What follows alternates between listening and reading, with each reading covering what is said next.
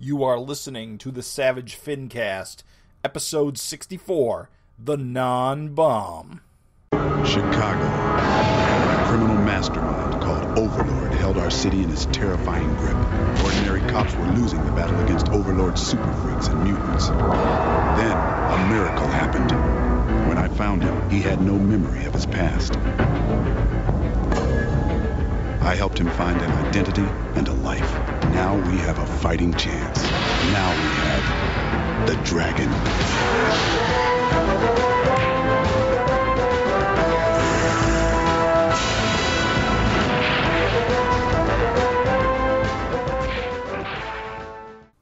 This is the Savage FINcast, the show with a TV network budget, not a feature films. My name is Jim. I am Jim Purcell. I'm Craig Olson. And I'm Raven Perez. And we are welcoming you back to our latest episode of the Savage FINcast, where we will be talking about the latest issue of Savage Dragon. Today.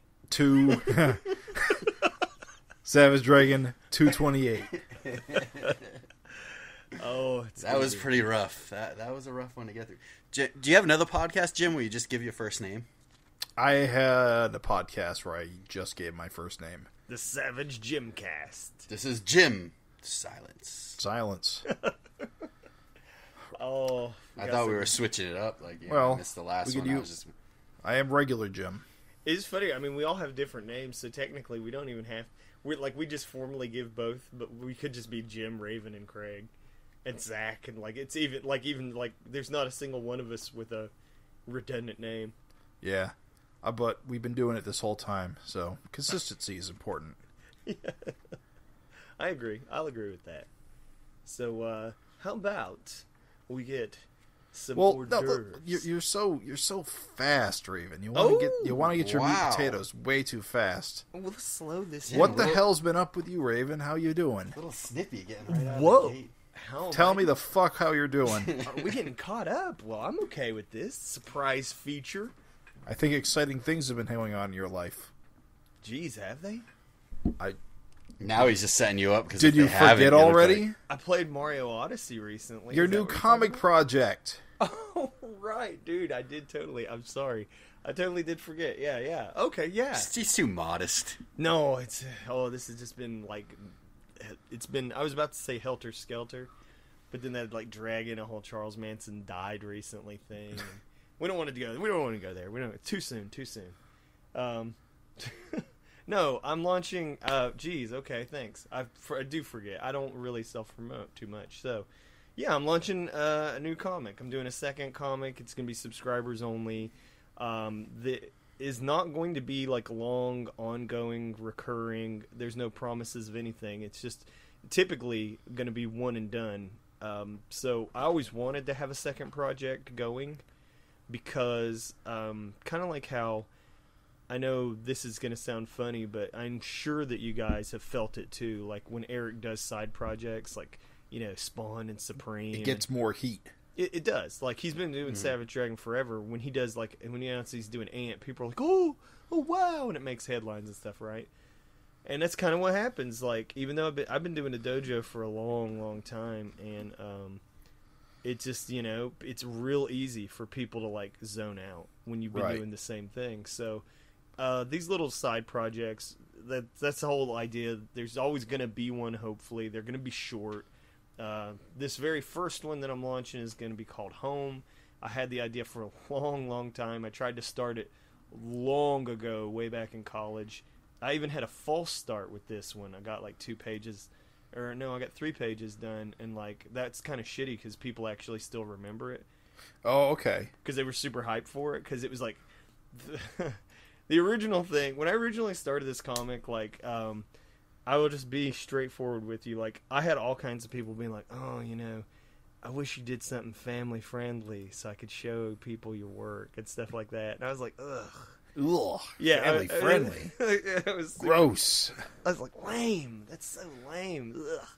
So I came up with this idea that I thought would be, passable. I could live with it. Okay. And so I came up with this idea, and it was going to be like these 3 characters in space, you know, a girl, a cat, and they were going to fly around in a giant robot monkey. And they were just, it's a simple idea, they were just going to try to get home. And like, space is dangerous, it was just going to be their adventures as they try to get home. Anyway, life happens. Got 3 pages done and then stalled out, never got it, like, anything. And then what happened is fucking, like, DreamWorks makes this, like, movie or called Home or whatever. Oh, right. Starring Sheldon. And it's got like a girl and a cat and an alien, and they're in space. And I was And just Sheldon. I was like, ooh.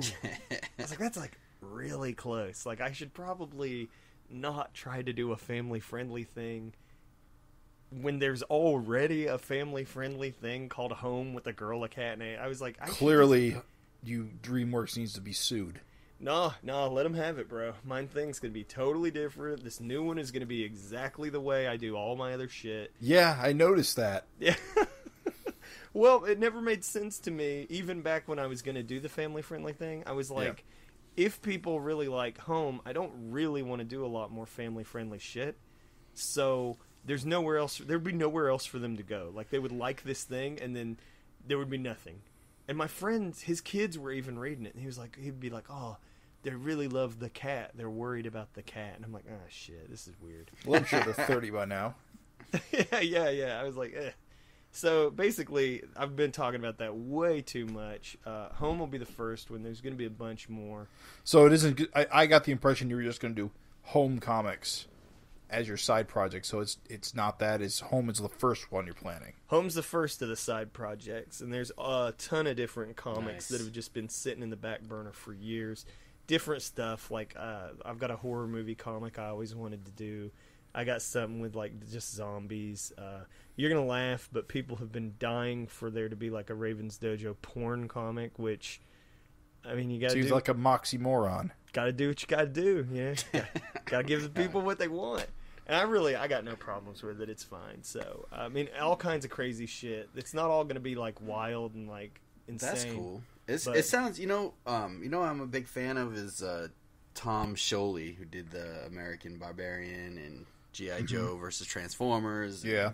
He does a lot of that stuff too. Like he just does random projects. Yeah. But he does a lot of like web comics like Princess, American Barbarian. Yeah. I can't tell if Princess is over yet. It was going and then it stopped for this Jack Kirby thing, and I don't know if there's going to be more. Satan's Soldier. So it sounds like if you're a fan of that, then this is something. No, I'm talking about like the audience, Raven. It's not all about you.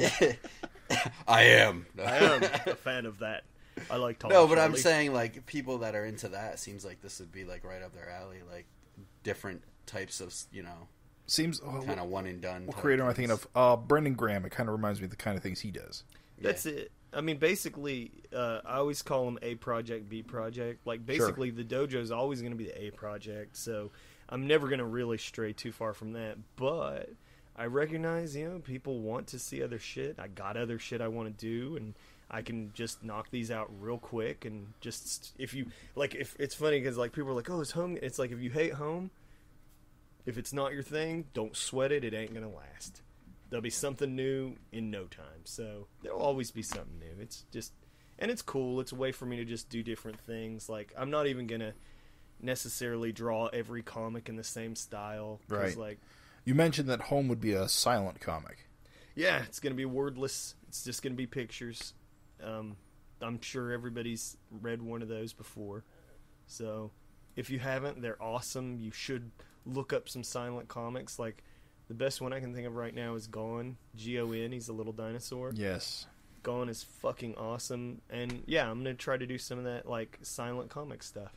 And so if people want to learn more about this is going to be a Patreon type thing? Or it is going to come to you two different ways to start with. RavenPerez.com and then Patreon.com. And you might be like, well, what's the difference? It's literally, like, no difference. It's just what you prefer.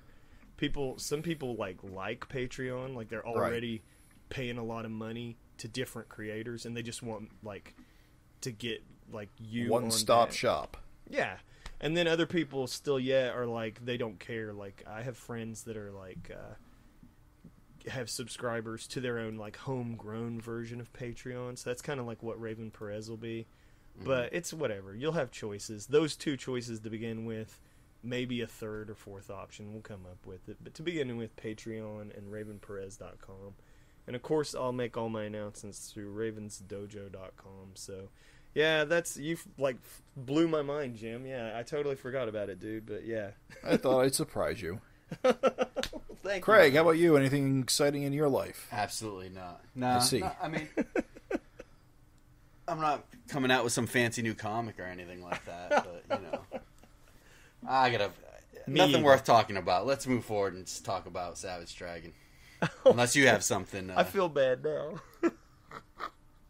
Nothing really exciting with me. Just reading a lot of Legion of Superheroes comics. Why are you reading that? I love Legion of Superheroes. You're reading the old ones. All of them. All Okay. eras. Okay. There was a sale in Comixology. I bought a bunch of graphic novels Okay. to fill in some stuff. Yeah, cool. Was that Just like a reading it Black for fun. Friday sale? Yeah, it was a Black Friday sale. Basically, every DC collection was $5. Nice. Regardless of its actual cover price. Like you get $35 books for $5 during that sale. I would say the things I finally got the volume 3 of the Thor omnibus with Jack Okay. Kirby, and I got volume 5 of the Steve Ditko archives from Fantagraphic Books, which I think they have 6 volumes of his stuff, which is amazing. You ever look at the old Ditko stuff, pre-Spider-Man? No. I have not. Absolutely amazing. I can't recommend enough the very first volume. It's called Strange Suspense, the Steve Ditko Archives, Volume 1. Some of the creepiest freaking comics. His art is so creepy. It's amazing. It's worth checking out, even if you take a look at the preview on Amazon or something.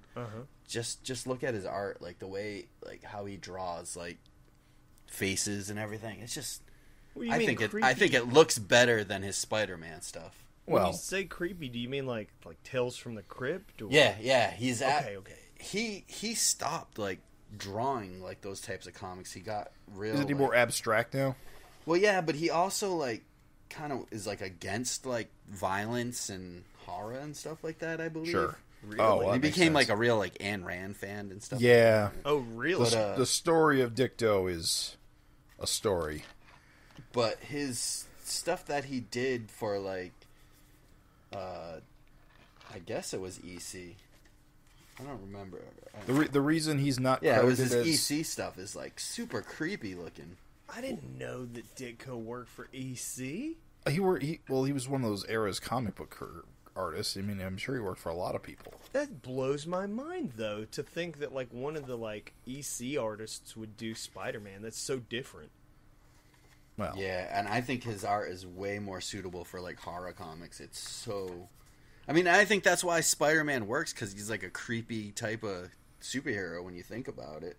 Yeah, he became. I always thought Spider-Man was weird because he's got spiders are creepy, but Spider-Man is not creepy at all. But he is in the way he's not. So let's put it this way: I think Ramita's stuff makes him uncreepy, but I think if you look at the Ditko stuff, Yeah. the way he walks and moves, it's really creepy when you look at it.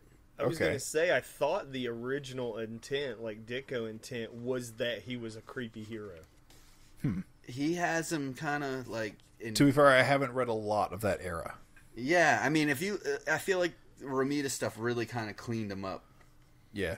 and took away a lot of the creepiness that Ditko had in there. Well, that's interesting as hell. I'm glad we went into that. I didn't know any of that, dude. Yeah, and so this hardcover collection. There's 6 volumes, and it's not just horror stuff. One volume is sci-fi and there's different stuff like that. But the horror stuff is what the first volume is the best stuff. Huh. And What I'm not years sure is if they're that? all The late 50s? Yeah, they're not all EC. And I don't know if they are any, but they're all horror comics. There were There a was lot a- of imitators for EC. Yes. They're so- Charlton comics and stuff, so maybe they're not EC at all, but they're imitators at least. It's all Didn't Dicto create Blue Beetle? Was that him? yes, yeah. He did, okay. And the Creeper. I think he also created The Question, didn't he? Yeah. Yes, another Charlton character. Yeah. So, because he was like super infatuated with mysteries and stuff. Well, like he created all those Charlton characters that were supposed to be like the Watchmen characters. Yeah. Other way around, but yeah. No, what do you mean? Watchmen took inspiration from Charlton. That's what I mean. Did I say something wrong? Yeah. Like he I created think the you said the Charlton other- characters, which were supposed to be the Watchmen characters, Right. but they couldn't use them. Right. Alan Moore originally wanted to make Watchmen with the Charlton characters, but they had just been integrated into DC with Crisis on Infinite Earths, so editorial said, make your own characters. We got stuff going on with these guys. Like Rorschach was supposed to be the Question, right? Yep. Right. And the Owl was supposed to be Blue Beetle or something like that, right? Yeah. Although They're who all the 1-to-1 fuck except for Silk Spectre. She doesn't have quite an analog, but most of the others do. I was going to say, who was Doc Manhattan? Oh, that's Captain Atom. Oh, weird. Never mind. And Come on, Raven. the comedian is Peacemaker. Dude, perfect time to drop that trivia. The comedian is Captain USA. In what? From TV, USA Network. I've Googled it. You can Google it too, dear listener. So Watchmen, look at the year Watchmen came out. Okay. Is that with like Gilbert Gottfried too? It's 1 year. Dude, check it out. Captain USA, which was he would do Godzilla movies and just really cheesy bad kung fu films on like Saturday or Sunday. He was a kids show host. Yes, I remember him now. And fuck, you're right. And dude, That's weird. he debuted 1 year before Watchmen came out. Captain USA and the comedian, it's too much. To be fair, the only real similarity is the haircut and the domino mask. He even had a Yeah, that's cigar. weird. Cigar, right? He had the cigar. That's weird. Yes, dude. I'm telling watching. you. He's on YouTube introducing Chud. Yep, I'm telling you. Captain USA. He's almost like a Stan Lee Man, style. I forgot how cheesy the USA Network used to be. Used to be glorious. People who don't remember Used that. to air Savage Dragon. Yeah, used to do Savage Dragon. Had Rhonda Shear, Gilbert Gottfried. Rhonda Shear, I was Monsters. I grew up on the USA Network. Watched a lot of USA Express Cartoon Block and Quantum Leap. Oh yeah, dude. Yeah. All those canon movies. Yeah, dude. Inframan. I saw Inframan on USA and Rooftop Kung Fu. Oh, and they always did the Star Wars trilogy. They always played the Star Wars trilogy and the Indiana Jones trilogy and the Back to the Future Did they? trilogy. Yeah, maybe that was TNT, but I could have swore USA used to do marathons. That sounds too good for USA. It does. USA was like a little, like I said, like bad kung fu movies nobody had ever heard of. Maybe I don't know, Traumaville movies. Yeah, and I saw. That's where I saw the USA Tuxedo. Network, Surf Nazis. Yeah. huh? Because I House. recall it being House Oh, 2. mostly replaying Problem Child. Caterpillar Dog. That's hilarious. A problem Alright, child? I believe it. We I should believe probably move That into the sounds right. actual Savage Dragon part of this podcast. Well, I'll just do two last quick things, and then I'm curious what you Nope, Rose. that's it. Sorry, Okay. already. Oh well, all right. Vetoed. Nah, just kidding. Well, it's nothing really to even go into because I haven't seen. All right, them. fine. We shouldn't go into it then. One of the just basically, did you guys see either of the movies, Justice League or Thor? I have not seen either. I haven't No. seen them. Okay. I'm very unlikely to see Justice League, but I will see Thor when it comes out. in Same video. here. I tried to see Thor. I couldn't fit it in over the Thanksgiving I weekend. got to see Coco before I see anything else now because I got to see every Pixar movie in theaters. I got HBO for the past month, like on my Amazon Fire. Cool. So I finally got through Batman Westworld. versus Superman. Oh. I watched part of it at my mom's house when I went to visit because they have HBO. Yeah. And I fell asleep halfway through. And then the next month I went to visit her, I got like 3/4 of the way through. And then finally I purchased HBO and I watched it at home and I got all the way through and it was horrible. And Yeah. then I was like, I'm going to watch Suicide Squad. And I knew it was going to be horrible. I just didn't know it was going to be as horrible as it was. Have you seen Wonder Woman yet? I have not. Apparently, that is a legit good movie. Like Oscar Oh, you haven't quality. seen it either? I own it, but I I haven't doubt watched it's it. Oscar quality. Come on. I mean, in its genre, I think it's one of the best, according to like everyone who absolutely went nuts about it. I mean, that's what they say. But funny story, bringing up Batman versus Superman. I had no plan to watch that movie, but I was visiting a used game store that I used to work at, and my friends still work there. They have a Blu-ray section, and I quote unquote stole the digital copy code that I redeemed that I may watch at some point in the future because it's free. Yeah. You just announced the intent to do that crime. Premeditated. You heard it here first. Well, I was just curious. I mean, those are the two big movies. And they also pay supposedly huge homage to Kirby. So Sure. I just was, Dragon's very Kirby-centric. I was just curious. I was going to like... I don't know about Justice League. I mean, parademons are in it. Well, yeah, that's it. As they say, it's not like colorful and like crackle or nothing, but they say that apparently the dark side style, whatever. They said that that's real Kirby. But apparently, Darkseid's not in it at all. It's all Steppenwolf. Steppenwolf, he's not in it at all. Apparently, he doesn't even get a teaser at the end. He's just not in it. But he's coming. He has to. But yeah, Thor from the trailers looks very Kirby-esque in its armor designs. I heard that they incorporated a ton of Kirby into it. They even had Crackle in the end of I think trailer 2 or 3. Yeah, like Kirby Crackle coming off of the logo or something like that. That's cool. Neat. Yeah, it was in there. It was the first time I'd seen it in a movie. I was like, oh, all right. Cool. What I'm stoked for is Black Panther. The previews that for movie looks sick. Yeah, that's probably going to be one for me to go to the theater. That's going to be a big surprise hit for Hollywood. I think it's going to do as well as Wonder Woman, I think. And those two movies are going to be huge. I just think Marvel is totally destroying DC. I think just the DC movies have been so Warner is bad at uninspired. everything right now. Warner is just tripping over themselves. Oh yeah. Some of these guys, big companies, they can't help but just drop the thing about it. I mean, you've got Superman. How do you screw up Batman versus Superman? That should have been the biggest. Well, I'll movie tell you ever. how. I'll tell you exactly how. Because your three most successful superhero movies were by Christopher Nolan, and the audience consensus was we like dark and gritty, so make them all dark and gritty. Well, that's not working. Now what the fuck do we do? Hitching their wagon to Zack Snyder was their second mistake. Mm-hmm. After saying make more Nolan type movies. I blame Jesse Eisenberg's Lex Luthor. You sound like him too.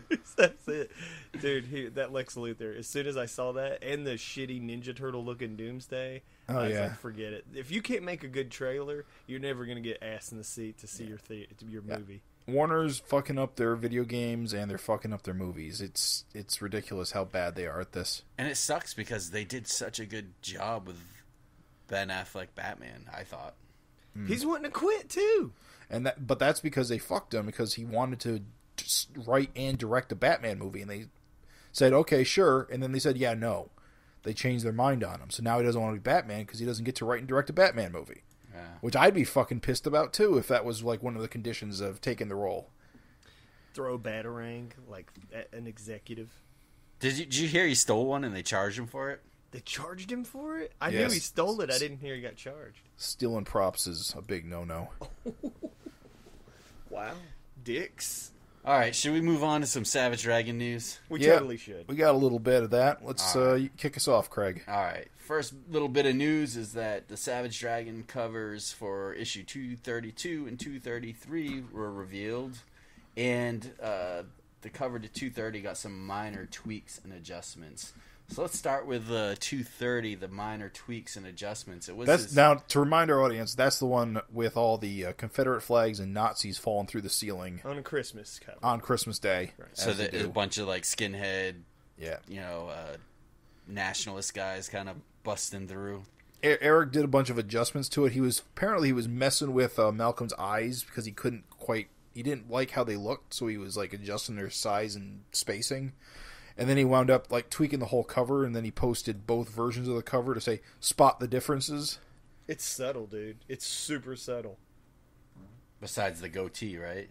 Oh, yeah, he added a goatee, too. He covered the swastikas for Germany, because that's a huge no-no. You can't sell anything. You can't have swastikas.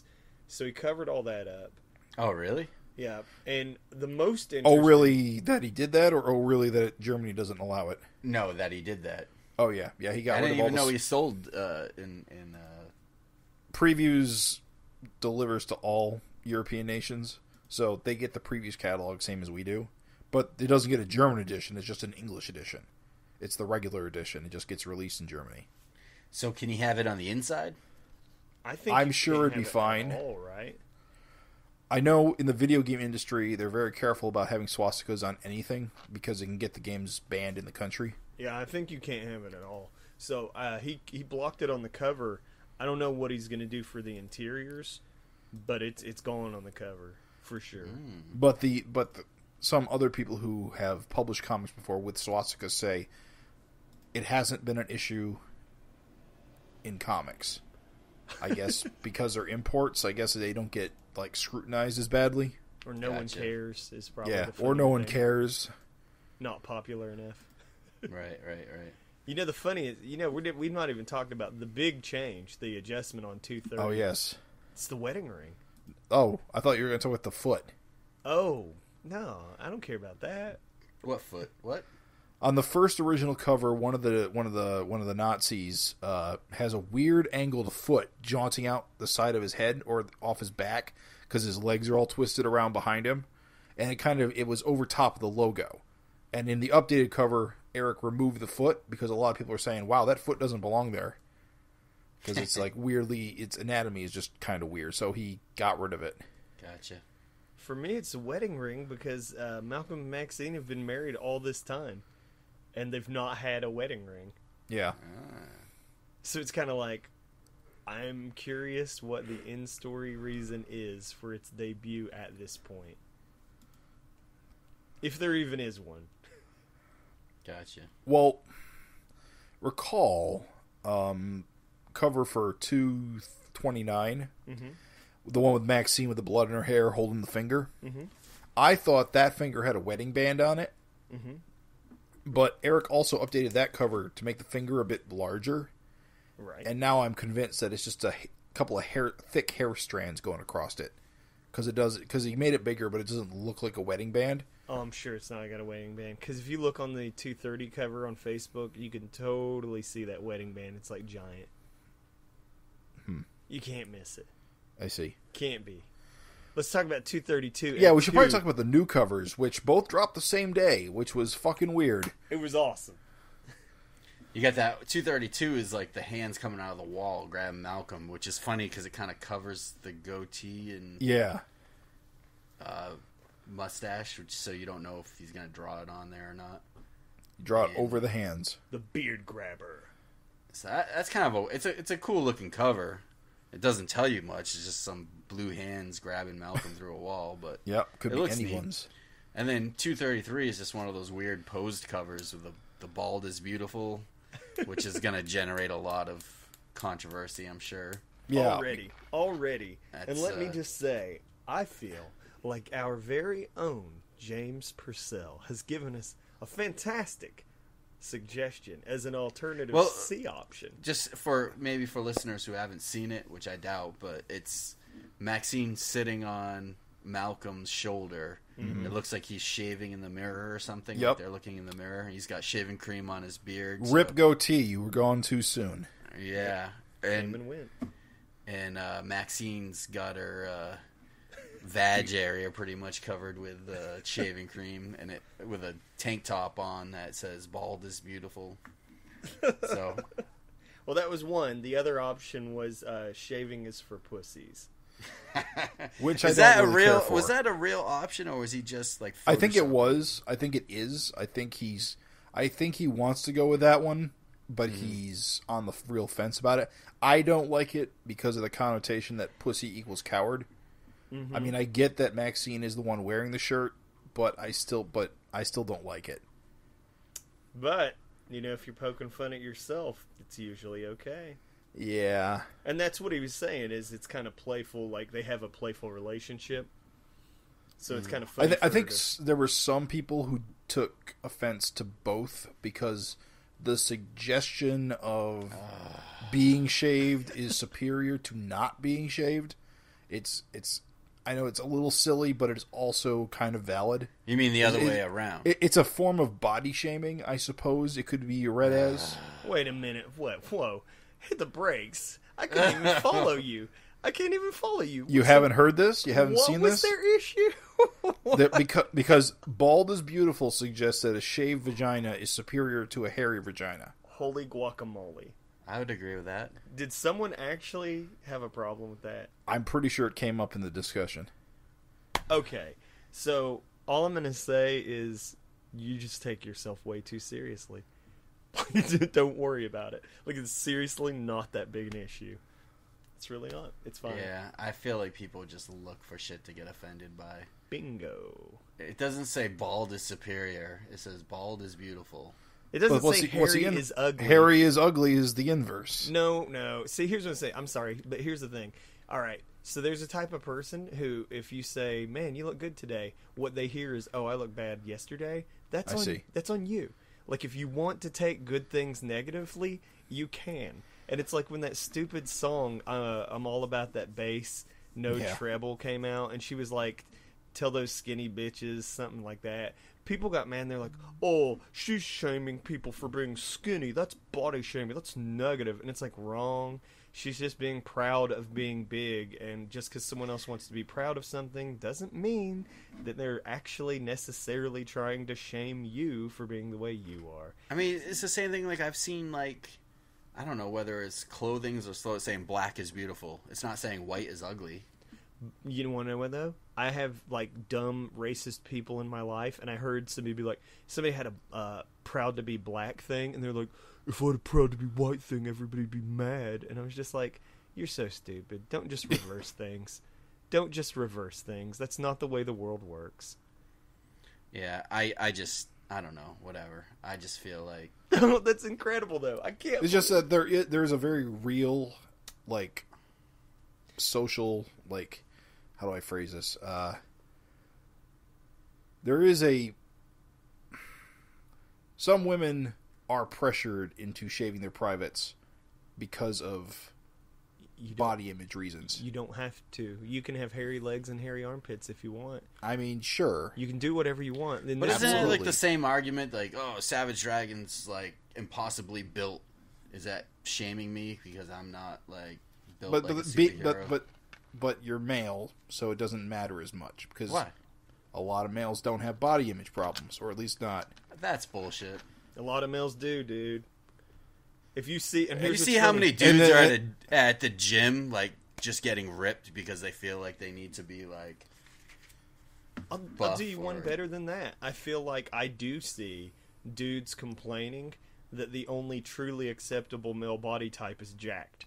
Yeah, I see people, and they're totally in love with themselves too, and like taking pictures on Instagram or selfies and stuff because. They feel like Jersey Shore guys. That's all they thought about was lifting. What was their like slogan was like laundry, lifting, and something or something like that. Remember that? Like lasagna. I don't remember the slogan, but it was something totally lame. But it was all about like just their body. They obviously were like self-conscious. I'm amazed.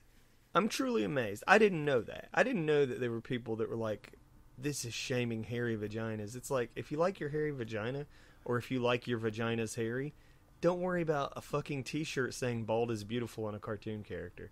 Like, it literally doesn't matter. Like, that doesn't impact you.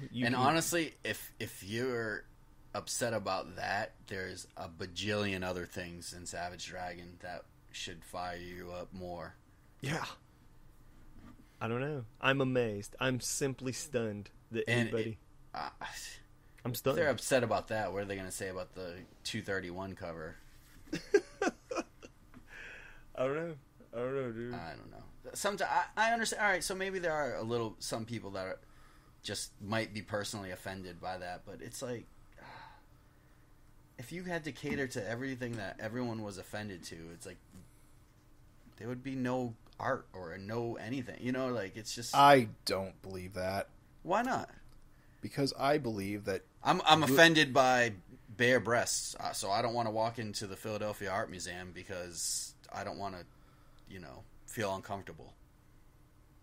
I Not think really. The statement is that, you know, any art is divisive to some extent. Any art is. I mean, it can't help but be that because it's self-expression, and self-expression is not mass marketed where it's meant to hit all the widest angles. But not all self-expression is created equal. Some is just offensive. So, and has no place in a civilized society. Bald is beautiful, certainly I don't think would fall under that context, though. I mean, when you're saying, and again, it's not saying Harry's ugly, it's saying bald is beautiful. So, again, if you want to invert things, you can, but that's on you. But it's like offensive to, I don't know, there's a lot of shit in art museums that's super offensive to other people. Like Murakami's got a full sculpture of some guy ejaculating all over the place. But that's not offensive. Not to you, maybe, but it. But there's a difference between artistic intent and visuals. Ejaculate, naked bodies. To you, imagine someone. But you're missing the point. It's not offensive. It's some people find it disgusting. They're not. No, I think some people find it offensive. So someone that's Muslim that wears a burqa. Okay. You think they wouldn't be offended by that? A naked body ejaculating or something? There's always going to be somebody that's offended. I got one for you. There was that dude that made and I'm not even joking for the listener, he made a Virgin Mary out of feces and filled it with blood. Okay. Obviously, that is as repugnant, like, materials as you can work with. Actual blood. But that's not... I don't know if that's offensive. To some people, it is. That's all. Because it's not necessarily taking a shot at a group of people. What about the Baphomet statue that they wanted to replace where the Ten Commandments were, like in wherever that was? I don't know what that is. The satanic is that the statue? Well, see, that's not offensive. It is to those Christians. It is, but that's the thing that doesn't count. Who's to decide what counts? It does count, though. There were a lot of people upset by that. They felt like that's a direct attack to their religion. Yeah, but Church of Satan. That says more about. I don't know how to phrase this. To me, something offensive is attacking someone on a personal level. But these people, their religion is very deeply personal. But to go back to Savage Dragon 233, I don't think Erik's attacking anybody, but people are offended by it. Yeah, well, I don't think it's an attack. Yeah, exactly. It's not a personal attack. That's actually kind of the point I was trying to come back around to. Okay. But it is casually an attack. No way. I disagree. I totally disagree. It's something that on the surface seems normalized, but in reality represents a larger systemic problem in our culture. I got to deprogram What's the problem? you, Mr. I don't think it's a body shaming as a whole. I got to deprogram not body shaming. That's not. It's not saying that Harry is ugly, and you're inferring. I am just explaining the context of the complaints. Right. I think that in the pursuit of being considerate, that it is entirely possible to overthink a situation. Which again, I say, it's when someone says you look good today, they don't mean you looked ugly every other day. Like if her shirt said something like shaving the clam, or clean the clock. That's not offensive to anybody. That's just stating what's going on. It would be, but it's also goofy and funny. Maybe not funny because I'm not very funny. It would still, but you are. But it doesn't imply a standard, I guess, is what I'm getting at. So it's less "quote unquote" offensive to people who are sensitive to these overall issues. I think the issue is that people's preferences simply must go one way or the other. Their preferences, and if Maxine feels like bald is beautiful, it's not actually a commentary on everyone else's genital condition. Like it is. Okay. Like the thing is that like. It's kind of like some guys are leg guys, some guys are butt guys, some guys. But here's the thing, and I think this is the important thing. Uh-huh. Maxine's wearing the shirt, right? But Maxine is written by a man. And that, to me, I've always found that to be hypocritical because that is judgmental itself. So you're saying, I'm sorry, this kills me, I love it. You're saying, so if Erik was Erika Larsen, this would be fine. But I don't think Erik even made that slogan. I've heard that before. Oh yeah, sure. Bald is beautiful is a very common, and I think it was because for men in particular, right? Bald is seen as poverty, as it historically was seen as basically you have lice, so you shave your head. I don't think so. That's why you see. I think so it was many... more of guys that were like embarrassed of their receding hairline, shave their heads, and just saying, bald is beautiful, right? And starting that movement. But I don't necessarily think, if you think about it in that case, actually, it's not saying if you have a full head of hair, you're ugly. Yeah, I don't think anybody's like, oh my hair's so ugly. But society has a bias towards fuller hair.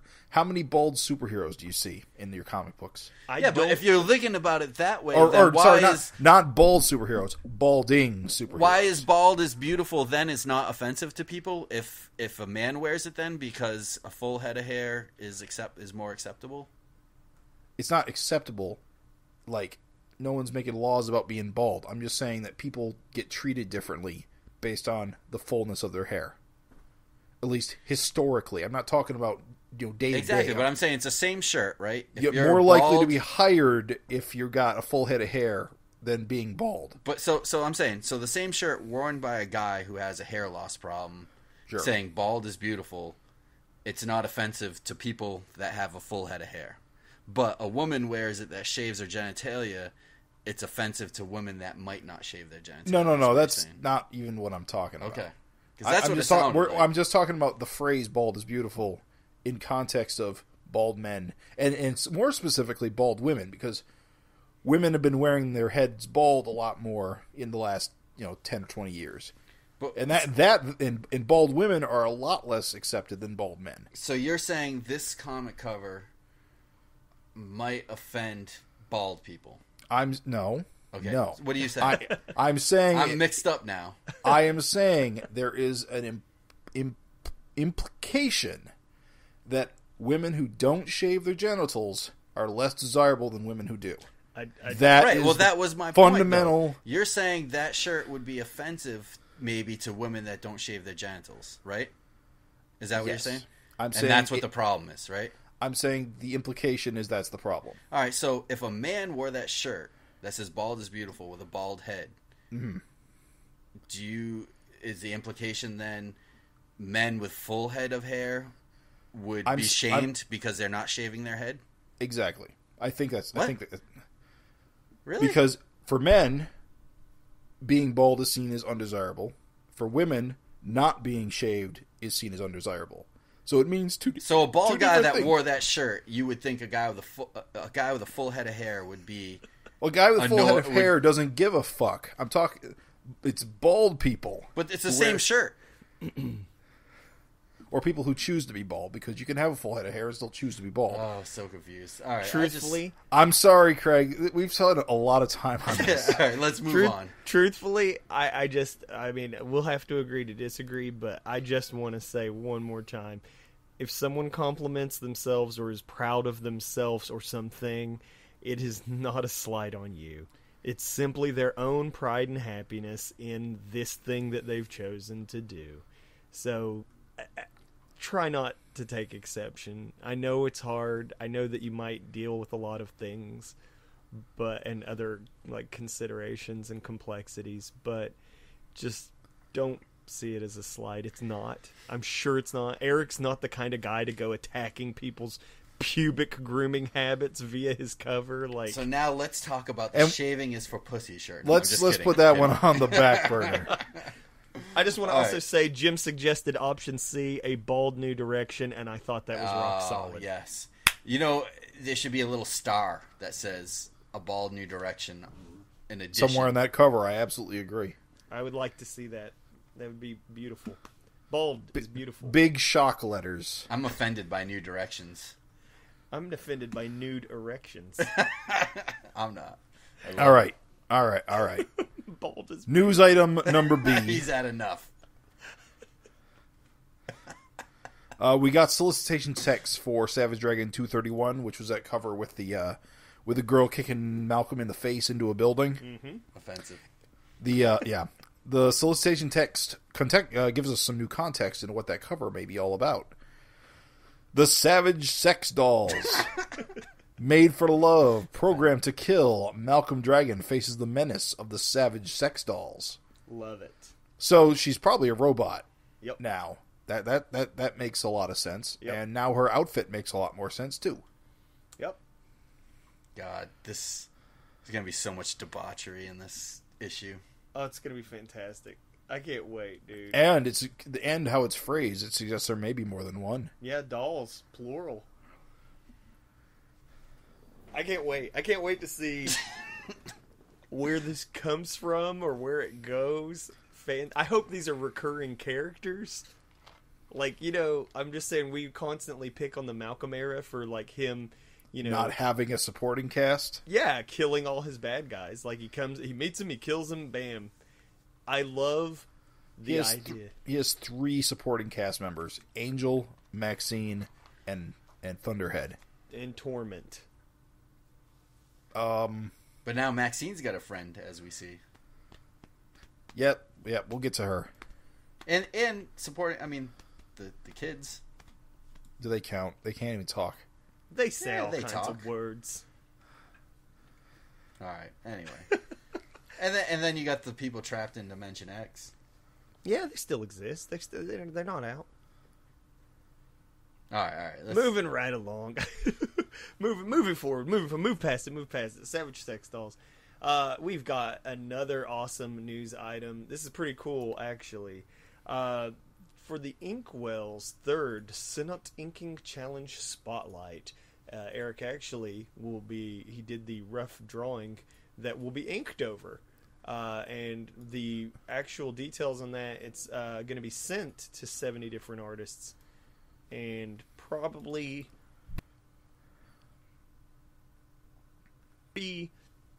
about 30 artists they expect will actually reply, because they just send them out and see who can reply, and then those are actually going to be auctioned off, and it helps the fundraising helps cover the expenses. So it's like a blue line drawing that's like photocopied and a bunch of inkers. Yeah. What's Inkwell again? He just won that award, right? It's like inkers, inking, like an inking award for yeah. inkers who ink. An award to recognize inking, excellence in inking, which Not just tracing. no, it's not. That's an incredibly insulting thing. Inkers do a ton, so They actually probably do most of the work. they to be do. honest. They do the heavy lifting. Depends. It depends on who you're inking. Some guys pencil so tightly that They might as well be inking. Yeah, they literally like Joe Mad, I think, converted his pencils over digitally, and you couldn't even tell that it wasn't inked. Like, it looked the same. So there are guys that don't really. But I'm just saying, like, if you do loose, rough stuff, the inker's expected to fill it in and, like, with detail and make it. Well, and that's the way even back in the day. Like, this award's named after Joe Sinnott, but Kirby gave like rough pencils, and that was the thing. The pencilers kind of just set up the page, and Well, most of the pencilers would be credited as layouts, not even it was pencils. more like layouts, and the inkers would really take over on a lot of it. Yeah, so it's cool. It's cool that there's an award to recognize it, because it's not appreciated. Erik won it recently, and they said he won it this year. Well, they said this is like a first-time thing for someone to like participate. If you look, it's a pretty cool drawing. It's actually on his Facebook.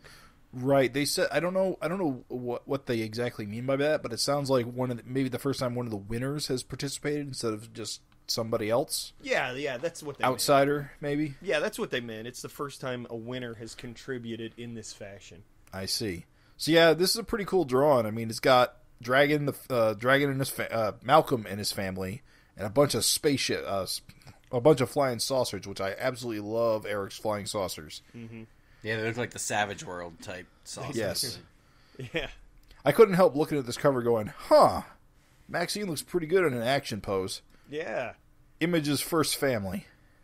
Dude, it's a good cover. Even the kids leaping into action. So it's good. Yeah, check it out. It's a cool thing. It's gonna help like this award thing continue, and it's just a neat overall thing. Like, and the finished inked art will be auctioned for supporting the awards program. Correct. Erik's even gonna autograph the originals. So. And I think they posted a bunch of people who have already confirmed, and there's a lot of pretty good names in there. Some I even recognized. Like who? Anyone? I'd have to dig up the list. They said they do all kinds of inkers. They do amateurs, pros. So yeah, you wouldn't recognize everyone, but yeah, there's gonna be some names in there. That's what's cool. I should take a crack at it. I actually have just a full size like penciled Savage Dragon commission from Erik that like years ago I put up on the Facebook Savage Dragon site, and a bunch of people like inked it. Like I put it up for people to download and ink. Cool. And what's his name that did? He's done a few backups. I'm trying to think of his name. Scott.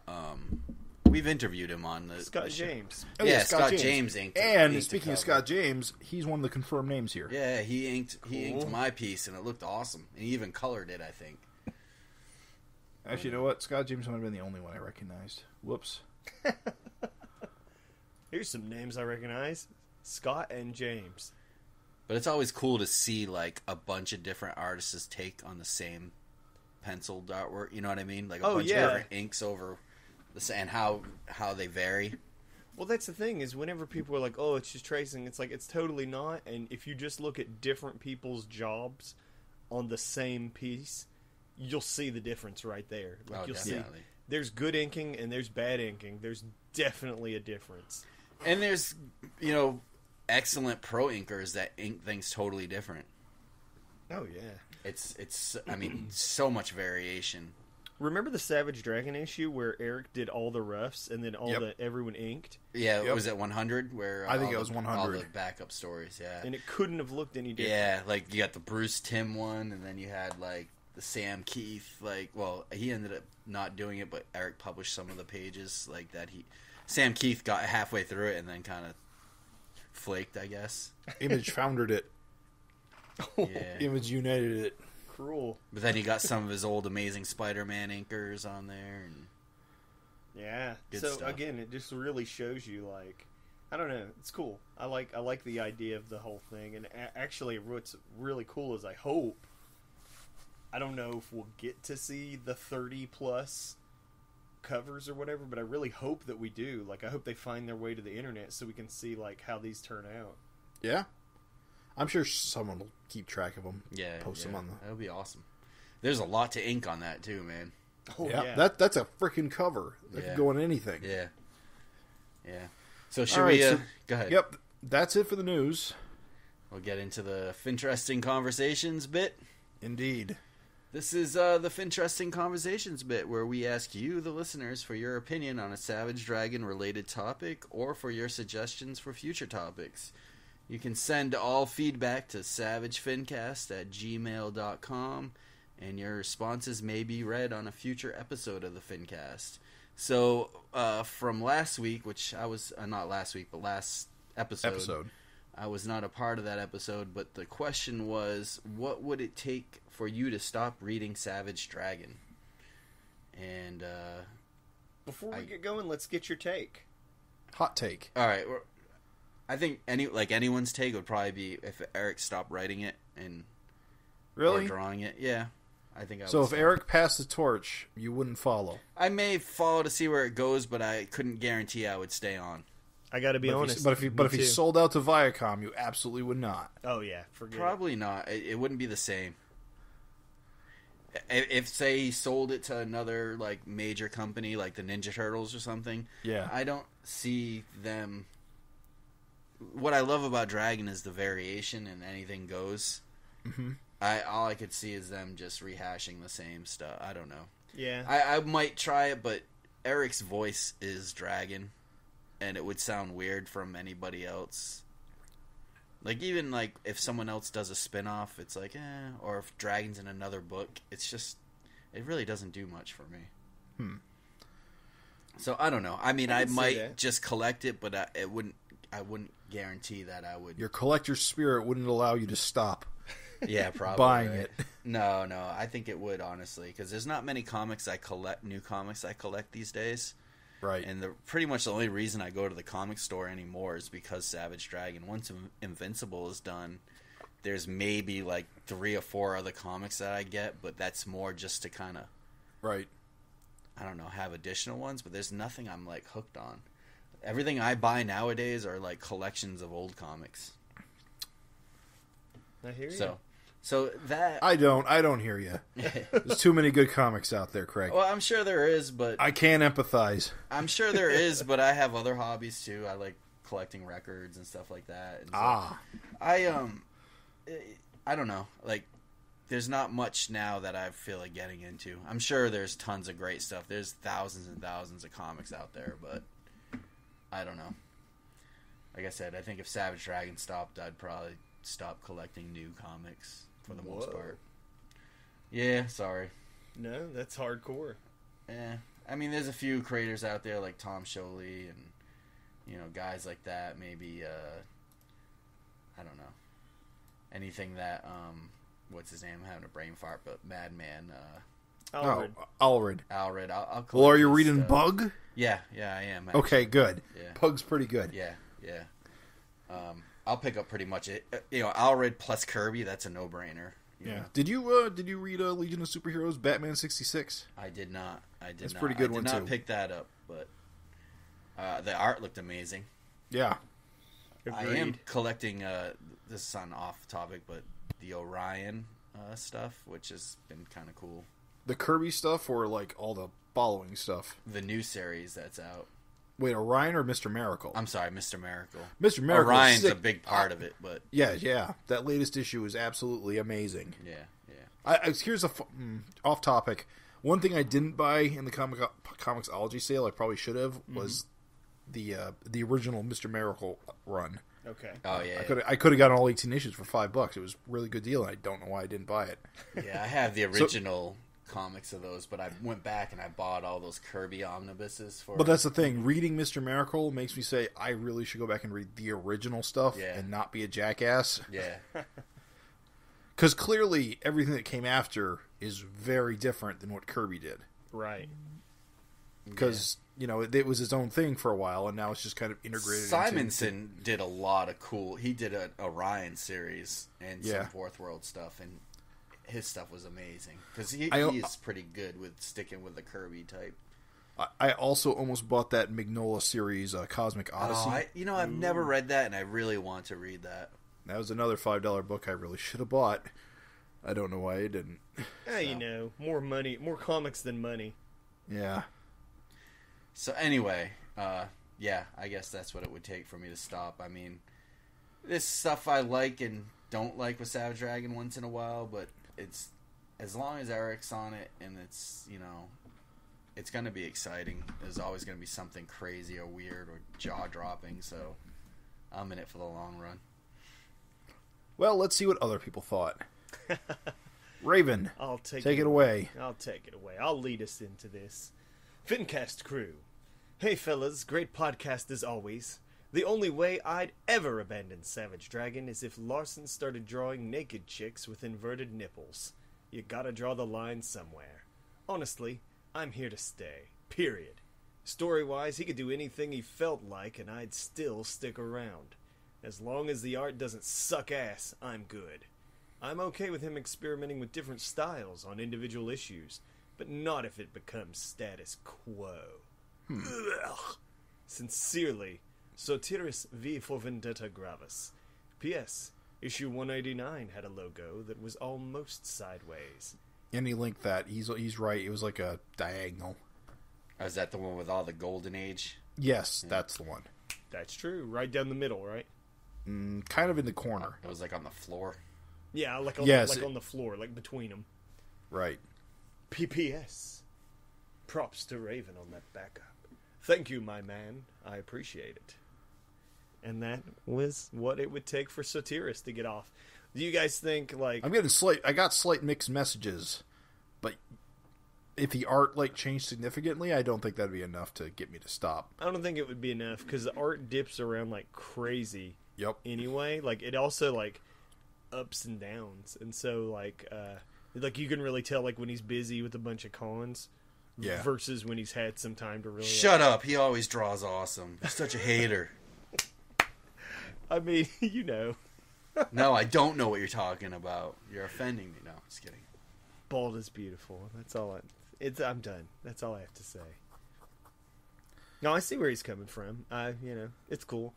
But no, art wouldn't run me off. Maybe if it was ultra minimalist, like it was all Snow Patrol all the time. Okay, all right, hold on. Let's do this. What artistically would it take? Jim, you kind of answered. I don't know if you were joking or not. But artistically, what would it take to run you away? Rob Liefeld. Ooh. Enough said. What, if Erik just started drawing like Rob Liefeld? Started drawing like Rob Liefeld and wouldn't stop. No matter how much I begged. Like, just run. Didn't he draw in his style for like a page or two for something? I don't know. He can do it. I mean, like, he can do, like, other people's styles, like, amazingly convincing. I think, for me, it would be, like, if he did that real shaky, like, strip style for, like, ever. If he just decided, you know, like, what was the one with Cosmic Carl? Like, the flying... Carl Cosmic? Carl Cosmic. If he just decided, like, I'm just going to do it like this, like, that's it. That's what the this ultra comic loose? Like. Ultra loose and, like, you have, I don't know, arthritic wrist. I don't know. Like, if that, I mean, obviously he's doing those quick as like a quick strip, and it's like I get that's part of the art for that. But if he decided that was the way Savage Dragon was going to look, I think I would get that would get old. I don't know. I'm weird. I don't think that's too far off his standard. It's not enough to drive me away. Yeah, I think he does a lot better than that. Yeah, geez. Carl Cosmic is pretty far off the standard. It's pretty rough and shaky. Think Carl Cosmic. I mean, like...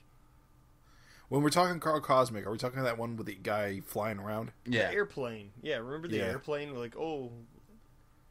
Like, people didn't even know what was going on. Yeah, okay. I don't know. That didn't strike me as too far removed from what he usually does. Oh, it was pretty far removed. I mean, there was definitely less detail, and, it was, backgrounds were kind of empty, but that was about it. Really? That was about it? It was pretty different. Maybe I'm thinking of the wrong strip. No, you are. You're thinking of the right one. Cause it's like a thin pencil line that's really shaky. He even said he just drew it real fast. It's like layouts, basically. Yeah. I guess his style comes through no matter what he does. Well, you definitely could tell it's him. If I saw it like in a bunch of other stuff, I would know it's him. But anyway. So, well, thank you. Yes, thank you. Thank you, Sotiris, for writing in. Always good to hear from you, friend. Friend of the pod. Listener. I hate when podcasts say that. Friend of the pod. I hate myself right now. Who says friend of the pod? That's horrible. I hear that all the time on podcasts. Second letter we got. Hey, fellas. I'm going to keep this simple. My answer to this episode's question is, Erik would have to leave the book or end it. Fanatic until the end. Further to my reply, though, I don't see Erik doing anything to make me drop the book, barring a complete change in tone, narrative, genre, etc., which I don't see happening without a changing creator. I'd drop it if it became Todd McFarlane's Savage Dragon, which would mean continental shelf. Which would mean continental shelf-paced story development and an excess of verbal diarrhea, to name a few. Was that too harsh? A tiny bit, but accurate. Meow. Anyway, guys, keep on keeping on. Peace. Tony. Michelandra. Michelangelo. Michaleka high. Like a Chinese. Sorry, man. You got a lot of consonants in there. A lot of vowels. You know, it's funny. It's so funny that he would say, barring a change in genre. Yeah, I know, right? Comics about to become a porno comic 24/7. That's not where I was Wow. going. That was not where I was going with that, but I know what's on your mind. You upset? Would that run you off? The porno? No, we'll get to that. Okay. Oof. I just want to say, to bring some insight to this. This is kind of funny. He said, his interview with Russell Burlingame, and he always does Erik Larsen's interview. Yeah, he always does those excellent comicbook.com interviews. Yeah.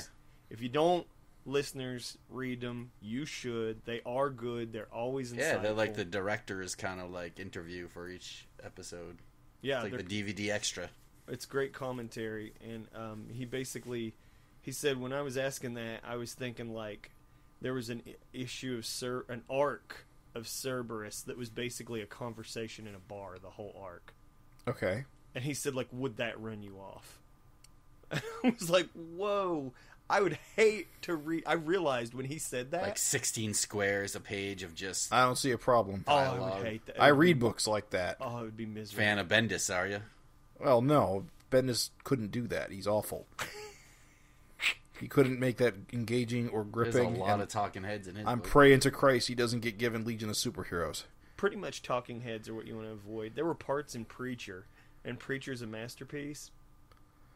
But there were just parts in Preacher where it was just 9-panel grid of talking heads. Finish your thought, and I'm going to bring something up. Well, that was it. I was just going to say, like... Craig, Mr. Miracle, that's all it was. Issue 4 of Mr. Miracle was all talking heads in the trial. That's true, and I did not enjoy that as much. Really? Yeah. I loved that. That was the most gripping suspense like in a comic I've read in like ages. I have to say, I think for my taste, Bug is a better comic.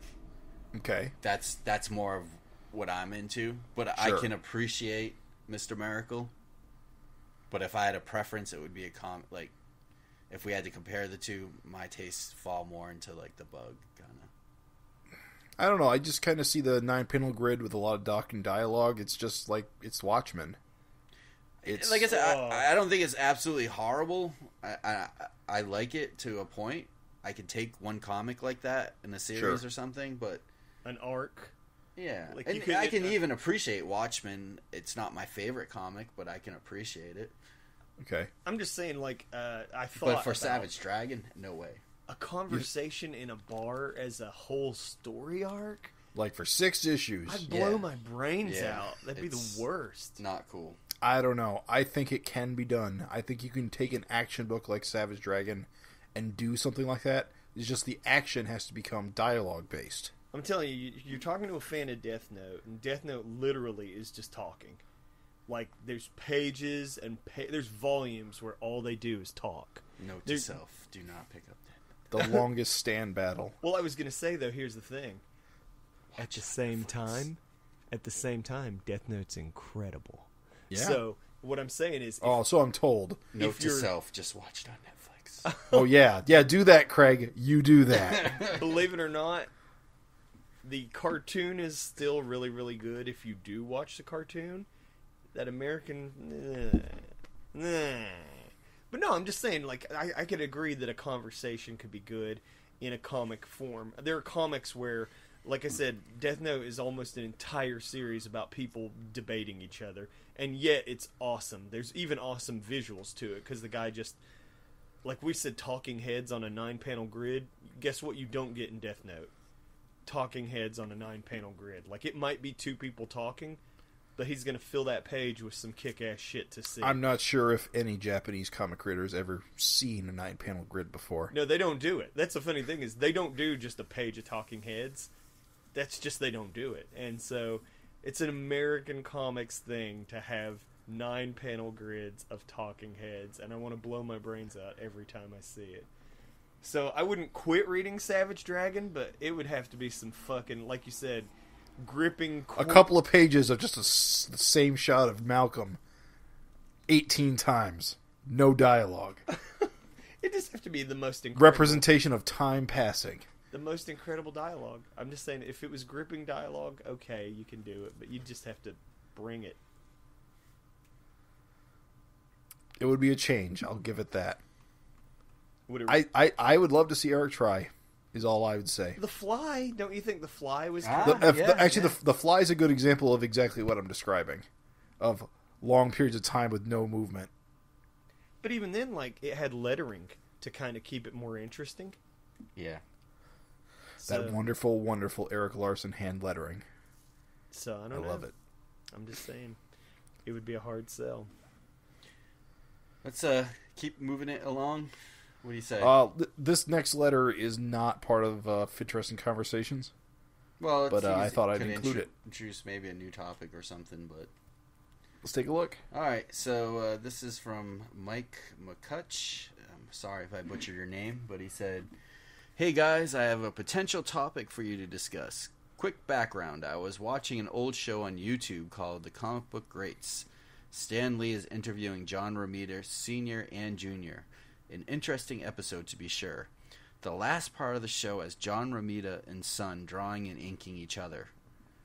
I draw, get it, your attention to the part where the Romitas are drawing, and specifically to how they hold their drawing implement. Seems pretty close. What do you say? I think he's implying that they're doing Seems a caveman close grip. to how Erik grips his pencil, I guess. Did you call it the caveman? I didn't create that. I think Erik called it that once. Oh, that's great. So he posted 2 links. Maybe we always say this and it never happens, but maybe we can post these links when we post the show up. I'll try to include them. If not, look up the Comic Book Greats with Stan Lee and John Romita Sr. and Jr. Yeah, or that's good. I don't know. Send us an email and we'll send you the link or something.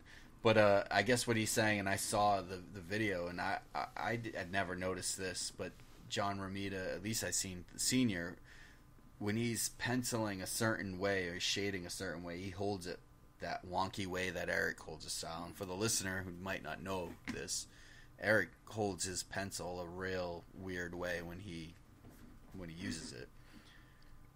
I don't know how to explain it, but it's just he holds it between his thumb and his index finger, as opposed to resting it on his middle finger, as most people do. Yeah, most people use a writer's grip, and he grips it like he was doing a chalk drawing.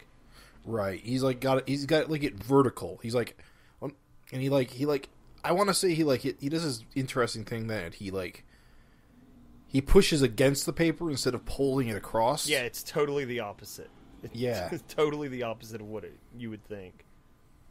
Yeah, that's a good way to put it. He's etching it out. Yeah, like using pastels or something weird. I don't know. And Craig, you saw him drawing in person. It makes it even makes that crazy noise, like yeah. You know what I'm talking about. Like he scrapes into it, dude. Yeah. It's very strange to see, and you can see it on YouTube. But I thought it was interesting that at least John Romita Sr. seems to use that technique on some of the ways that he's. Some ways he holds it like it seems like a normal grip, and then when he's kind of shading or doing something a little different, he switches it up, and it almost looks like that Erik grip. So, I don't know. It's a good point.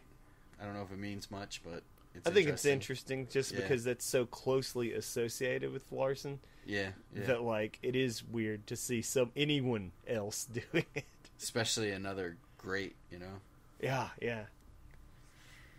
Well, also had a PS there. Oh, sorry. PS. A while back, one of your topics was who would you have draw Savage Dragon if Erik couldn't?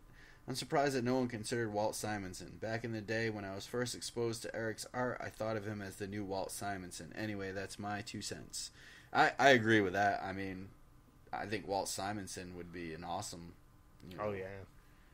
I think him and Erik have very similar styles and influences as well. Mm-hmm. Have you read his new series?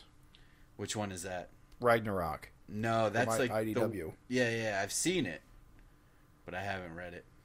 I read the first issue. It starts out pretty good. Looks pretty good. I'm not sure who's inking him. I don't know. I don't think he's inking himself. Or you know what? He might be. It might just been the colors that bothered me. IDW does weird things with their coloring. Yeah, it had a cool. I heard him pitch it on video. It has a cool concept. It does. Actually. Yeah, I gotta follow up on it. Walt Simonson's one of those guys who just can do anything amazing. And thing is, though, with guys like Walt Simonson, they're older than Erik, so I don't think of them as replacements for Erik. No, yeah. If you're going to do a replacement, you definitely want some young gun.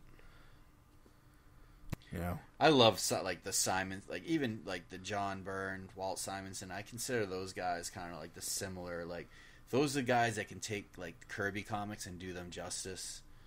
And I consider Erik kind of like that second generation after, but those kind of guys that will take a Kirby creation and really just do it justice.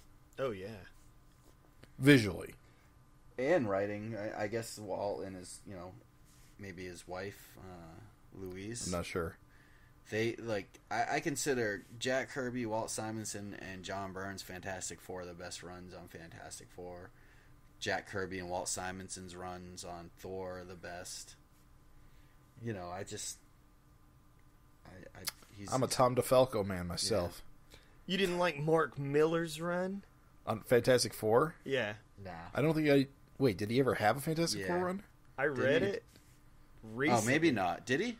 I read it recently, and you want to know what's funny? It's still pretty good. Yeah. He did Fantastic Four, like not the Ultimate Fantastic. Not Ultimate? Not Ultimate. He did it with Brian Hitch. Mm. It was Ben Grimmel, Blue Eye Benji, and Reed, and I don't remember that period. Yeah, I don't either. I was thinking of Mike Roringo and what's his name when they did it. Mark Waid, right? Yeah. Which, I don't know. I don't think it was Ultimate. Now you got me questioning, but Ultimate Reed was young, right? Yeah. Nah. Yeah. The Reed and the one I'm remembering was old. Well, okay. Thanks for writing in, guys. Yeah, sorry. It's okay. All over the map. Yeah, we appreciate it. And we got a new FINteresting conversation for you. And, of course, we're going to do the format where we propose it to one another, we discuss it, and then we ask you to respond as well. And it's just the perfect timing for this topic. Which is to say, this is Savage Dragon's 25th anniversary year. Just a little year-end review, like your feelings. How you feeling about this stretch of issues we've had? Take it away.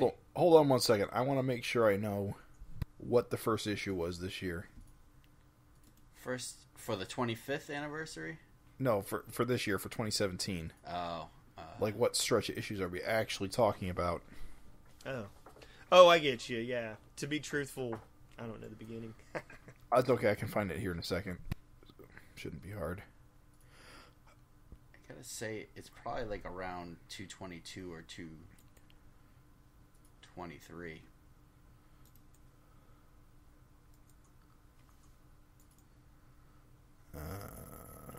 March. It's dead air. Dead air. Yeah, well, dead air is easy. March 2017 was 222. February, January. 219. Trial of Glum. Started with, we got 1, 2, 3, 4, 5, 6, 7, 8, 9, 10. We might, I think it's going to be 11 issues total by the end of the year. Not a bad run. Unless 230 squeaks in. Yeah, it's scheduled for December 30th. We'll see. December 20th. We'll see if that happens. But yeah, okay. So 219 was the Trial of Glum issue. So from there, it went Trial of Glum, two-parter, I think. Then 218, wasn't that the death of Maxine's dad? Was that 218? 218 was Death of Maxine's dad, so that was the end of last year. And then, Oh, so that was... All right, it starts at 219, you're saying, so I'm... That's what I'm saying. 219 came out in January of this year. Trial of Glum, Dragon gets out of jail. Malcolm's got a kind of sister, Marsha, Lightning Girl. Yeah. Right, that comes up. Then it's the merging of the universes, 225. There's like a Trump whole issue. arc there. Since 225, like 226, 27, 28 have all come out like really fast. Yeah. It almost feels like a year's worth of issues already. There was that tiny lull where 225 just took a little bit longer than what was normal. Right. Because I remember, my comic shop, like you said, Craig, I only go to the comic shop just for Savage Dragon. I don't go for my other books. Yeah. And my comic shop was like, "Oh, we thought you'd abandoned us," or something like that. So, like, I do remember before 225 hit, there was just a stretch. But I think this is going to be a 12-issue year. Like, remember when we were at the beginning of the year? I don't know if you guys remember, but we were like, "Oh, how many issues do you think we'll get?" You know we usually get 10. 8, 7. No, but for a while he just was like, in the beginning was just, they were really coming out quick. Oh yeah, it was like just one right after another. And then 225, of course, is like a 100-page issue, so that slowed down. Mm-hmm. But I guess, you know, in terms of the overall year, looking at, I mean, a lot of crap. I think more stuff has happened. Well, the biggest thing is Dragon died. Well, I think this year has had more significant changes to the book. Oh yeah, than any other year. Return to Jennifer, Dragon dies. Return Jennifer, Dragon dies. Kicked out of America. Yeah, book moves to Canada. There's other stuff. Oh, Dark Lord dies as another major villain, right? Glumlord probably exits for a while. We had a 100-page issue with like a bunch of different artists. Raven Perez made a Savage Dragon debut. Long awaited. We had crazy porn cover, like yeah. The sex stuff really kicked up this year. we had a Jock alternate cover. We had comparing it to last year, where it was all like Dart and Spawn crossover stuff. For a while, it was Variant City there, wasn't it? Didn't it feel like there were a bunch of variants for months 222 in a row? had the black and white variant. Then 223 had the Jock variant. Of course, 225 had the different variants. Mm-hmm. And the sex one was like over the top. Right, the sex cover. Oh, how could I forget? That was the very first, like, oh, wow. I've never seen sex before. The Seeker came back. I'm Raven Perez. It's true. That's accurate. The Seeker came back after 15 years. We'll talk about that soon. Oh, you just rubbed a raw... I can tell. You rubbed a raw spot. Tons of monster dongs. Yeah, Monster Dongs really were had a breakthrough The year year. 2017, year of Monster Dongs. They had a breakthrough year. I just want to say, I know this is going to sound hilarious, but tell me I'm wrong when you go back and look at it, dear listeners. Erik Larsen went to a con, and somebody asked him to draw the tick, which he did. He drew the tick.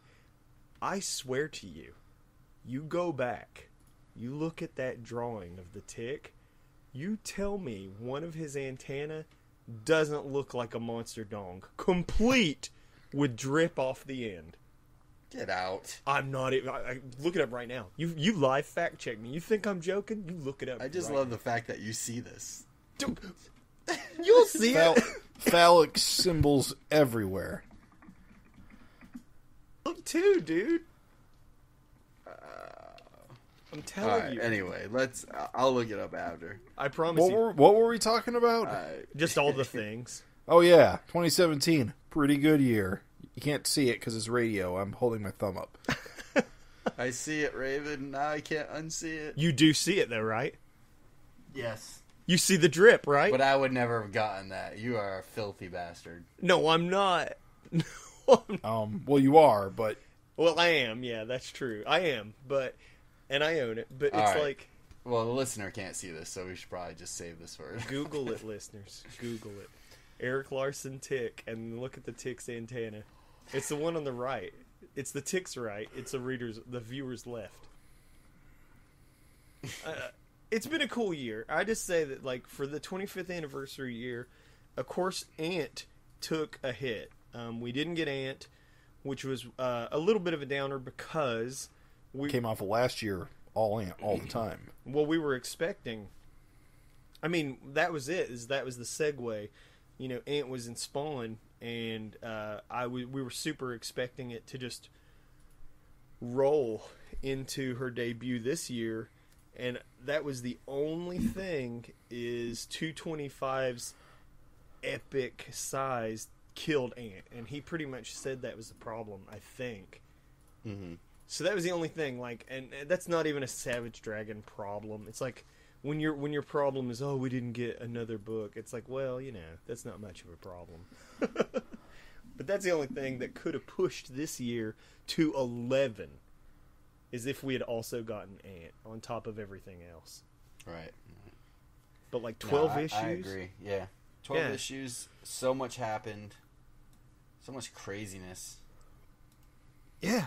I mean, just think, like, I know we say this all the time. I know it's a cliche.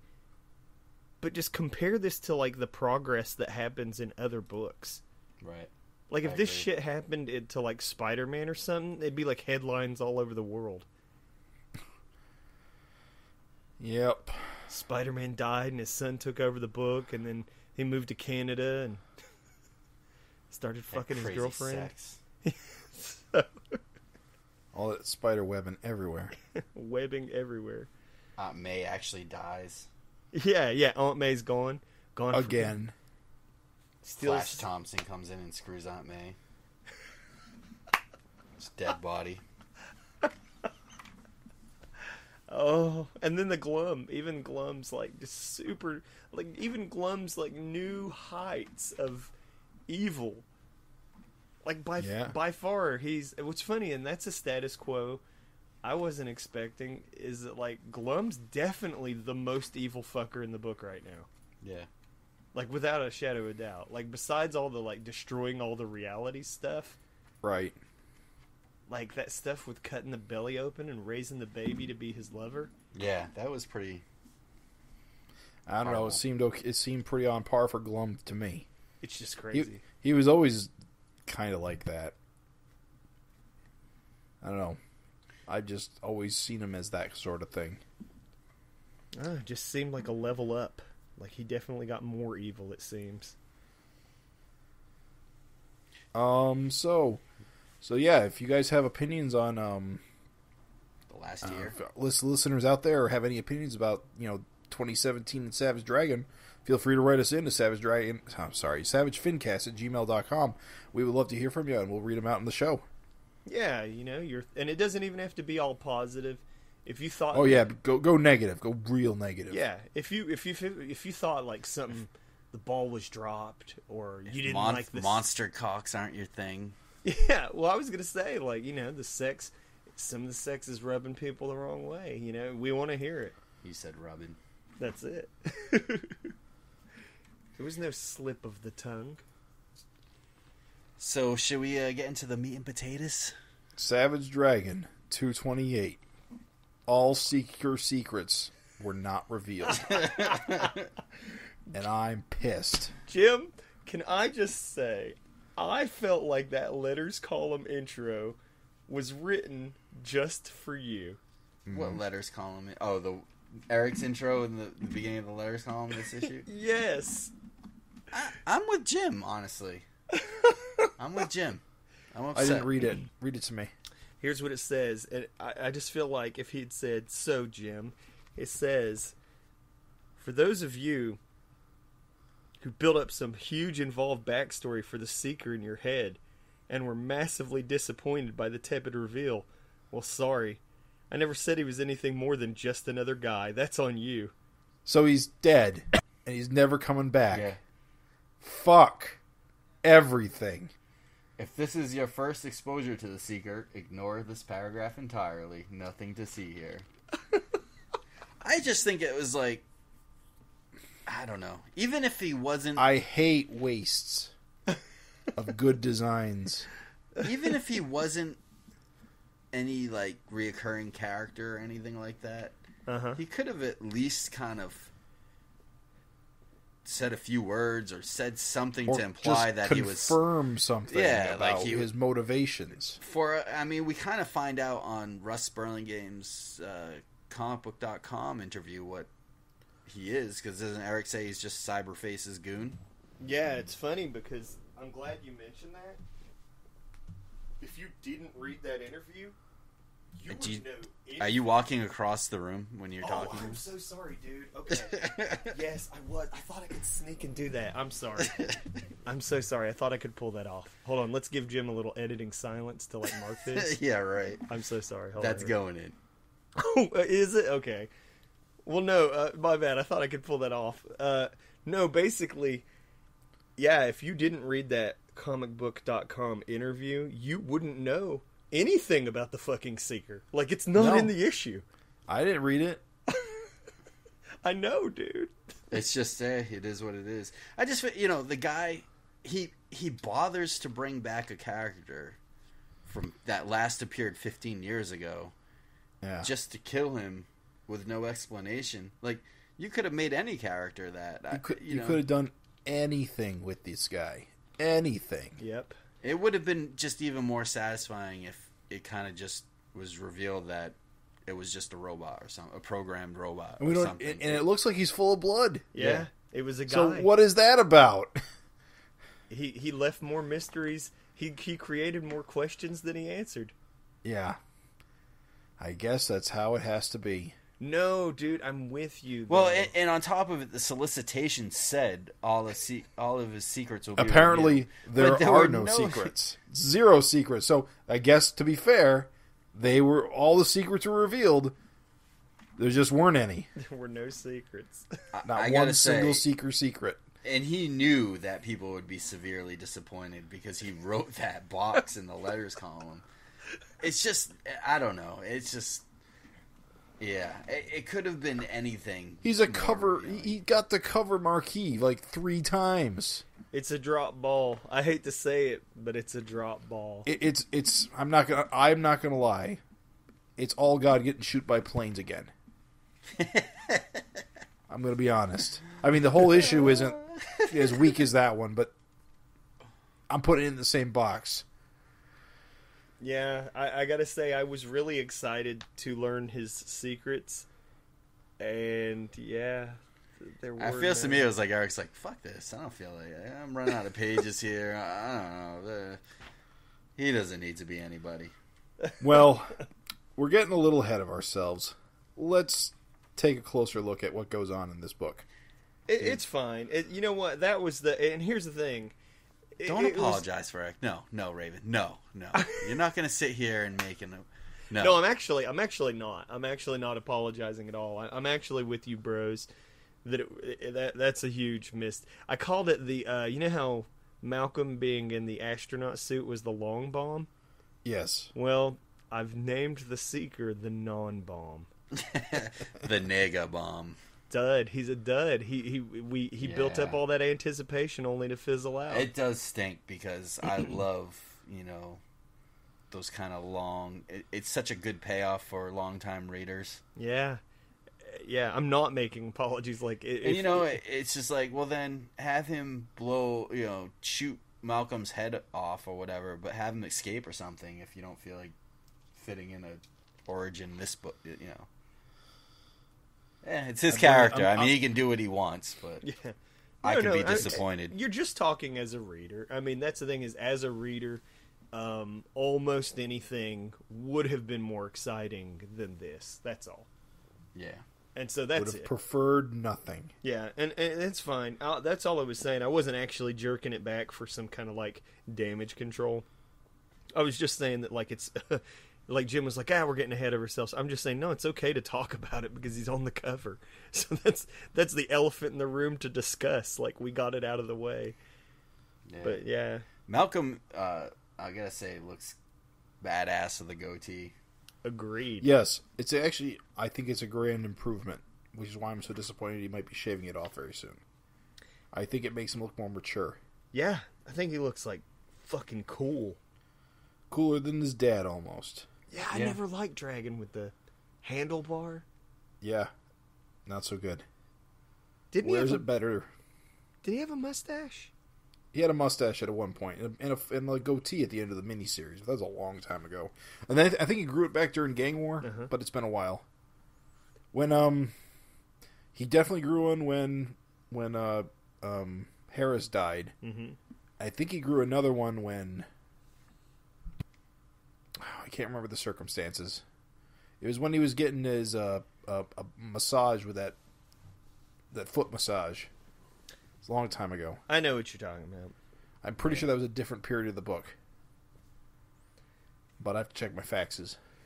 I will say, I do like the photo referenced first panel, and I had a Canadian friend that was like, "Oh, that's amazing! I know that." Yeah. And so it is cool. Well, that's the Hockey Hall of Fame. Yeah. Yeah, I'm gonna be straight up. It's very distracting to me. you don't like it. It's not that I don't like it being here. It's that, and this is the problem I have with a lot of modern comic book backgrounds, is taking the photo reference and I guess I'd call it a trace job. I'm not sure exactly what they do because it looks too good compared to how Erik typically draws his buildings. If you're talking about Marvel, too detailed. like Marvel and them use SketchUp. Right. And that's why that's too good, because it is literally computer generated. This, I think he said, was a photo printed blue line onto the drawing board. So there is drawing here, but okay. I get what you're saying. Yeah. I mean, yeah, he did all the detail himself over the reference. Right. And he used a photo as the blue line, as you say. So I guess I just say that it's more detailed than he typically does, so it stands out a lot more compared to that. I'm okay with it. I mean, not... look at the car in the shot. That is not a Larsen car. We know what a Larsen car looks like. True. It's not, it's not the end of the world. It doesn't super bug me, just to be used every now and then. There's more references in this issue of more Toronto building places references than I think in 100 issues of Chicago. Oh yeah. You got I think we saw the bean once. The Hockey Hall of Fame. Yeah, and that was like 5 issues ago. He just started doing that. But the Hockey Hall of Fame, they talk about Tim Hortons. Mm-hmm. They had that Crocodile Rock place. This is actually a place. Like, you can go on Google Maps and see it. And then at the end, the hospital is actually a real hospital, too. It's St. Michael's Hospital, because I looked it up. I was curious. Really? Yeah. I thought that like with the tube, right? Yeah. I thought that looked a little too clean. Yep, you can actually go on, like, Google Maps and see all these places.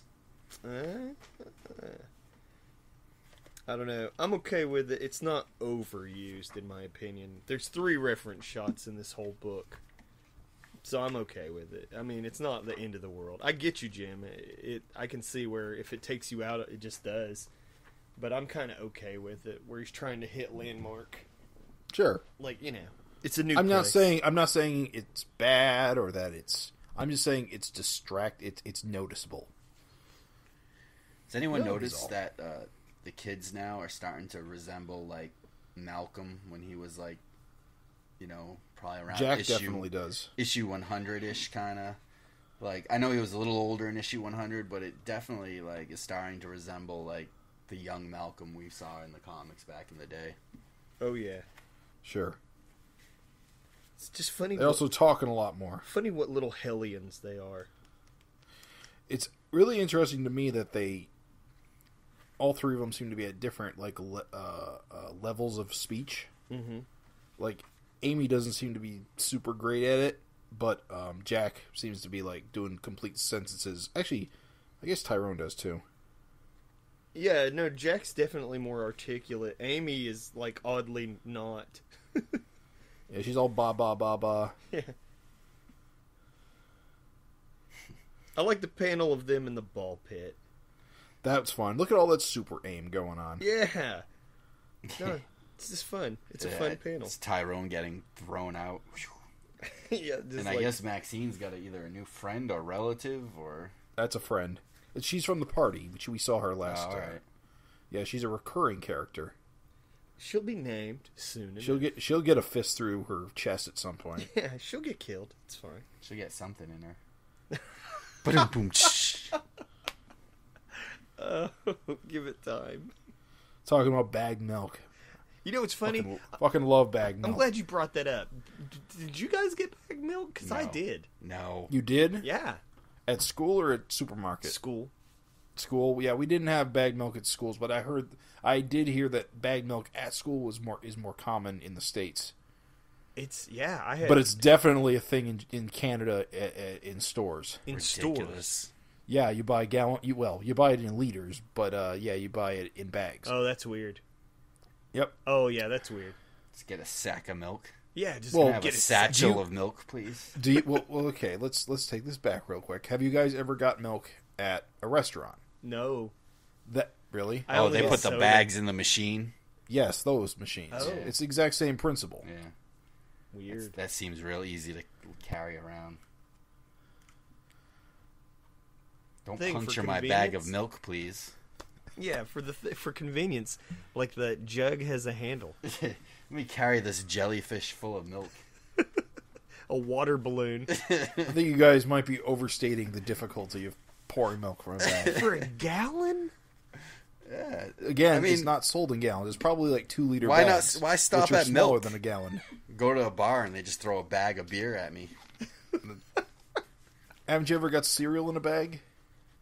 What? Yeah, What do you mean? Walmart, But- right? Like you go to the cheapy cereal. Yeah, but it's and not it filled comes with milk. It's not liquid. How do you seal it back up? I guess because the thing is that my It's got a cap. It just screws on. what?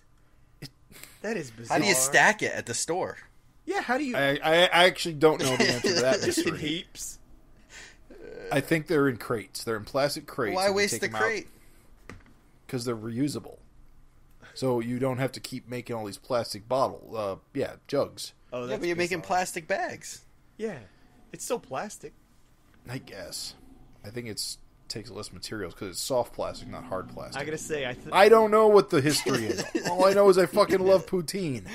I think this is one category where America's got Canada beat. Now, you kids probably didn't grow up in the neck of woods I did, where cheese curds was I a love common poutine. occurrence. I would every time I go up to Montreal, I have to get it. Well, I didn't even have to go to Montreal to get my poutine because I lived in cheese curd country. that's- So we get real poutine right where Yeah, I'm from. because if you try to order poutine in the States, right, they give you It's- crap cheese, and it's like you got to throw Right. it back at them. And it's swear got to at 'em. be cheese curd. And the thing about cheese curd is cheese curd does not keep. It has to be eaten fresh, and so it's very limited areas you can get cheese curds in. They actually did open a poutine store in Philly recently, and I have not been yet. Weird. But I have to imagine it's got to be real poutine, because if you have a whole store, a whole restaurant dedicated A to whole poutine, gimmick. it better be right. Yeah, and I mean, if you've got a supplier and you can fly it in every day or ship it in at a reasonable pace, the thing about cheese curd is it's only good for like a day. What? Fresh, Really? It's cheese curd's got to squeak when you bite into it. If it doesn't squeak, it's not fresh. Weird. Squeak. It's why they call it squeaky cheese. You gotta understand, for me, I was far enough south that this was not a thing. Sure. So like I said, thanks to the internet, I've got Canadian friends that talk about it all the time. You never had it?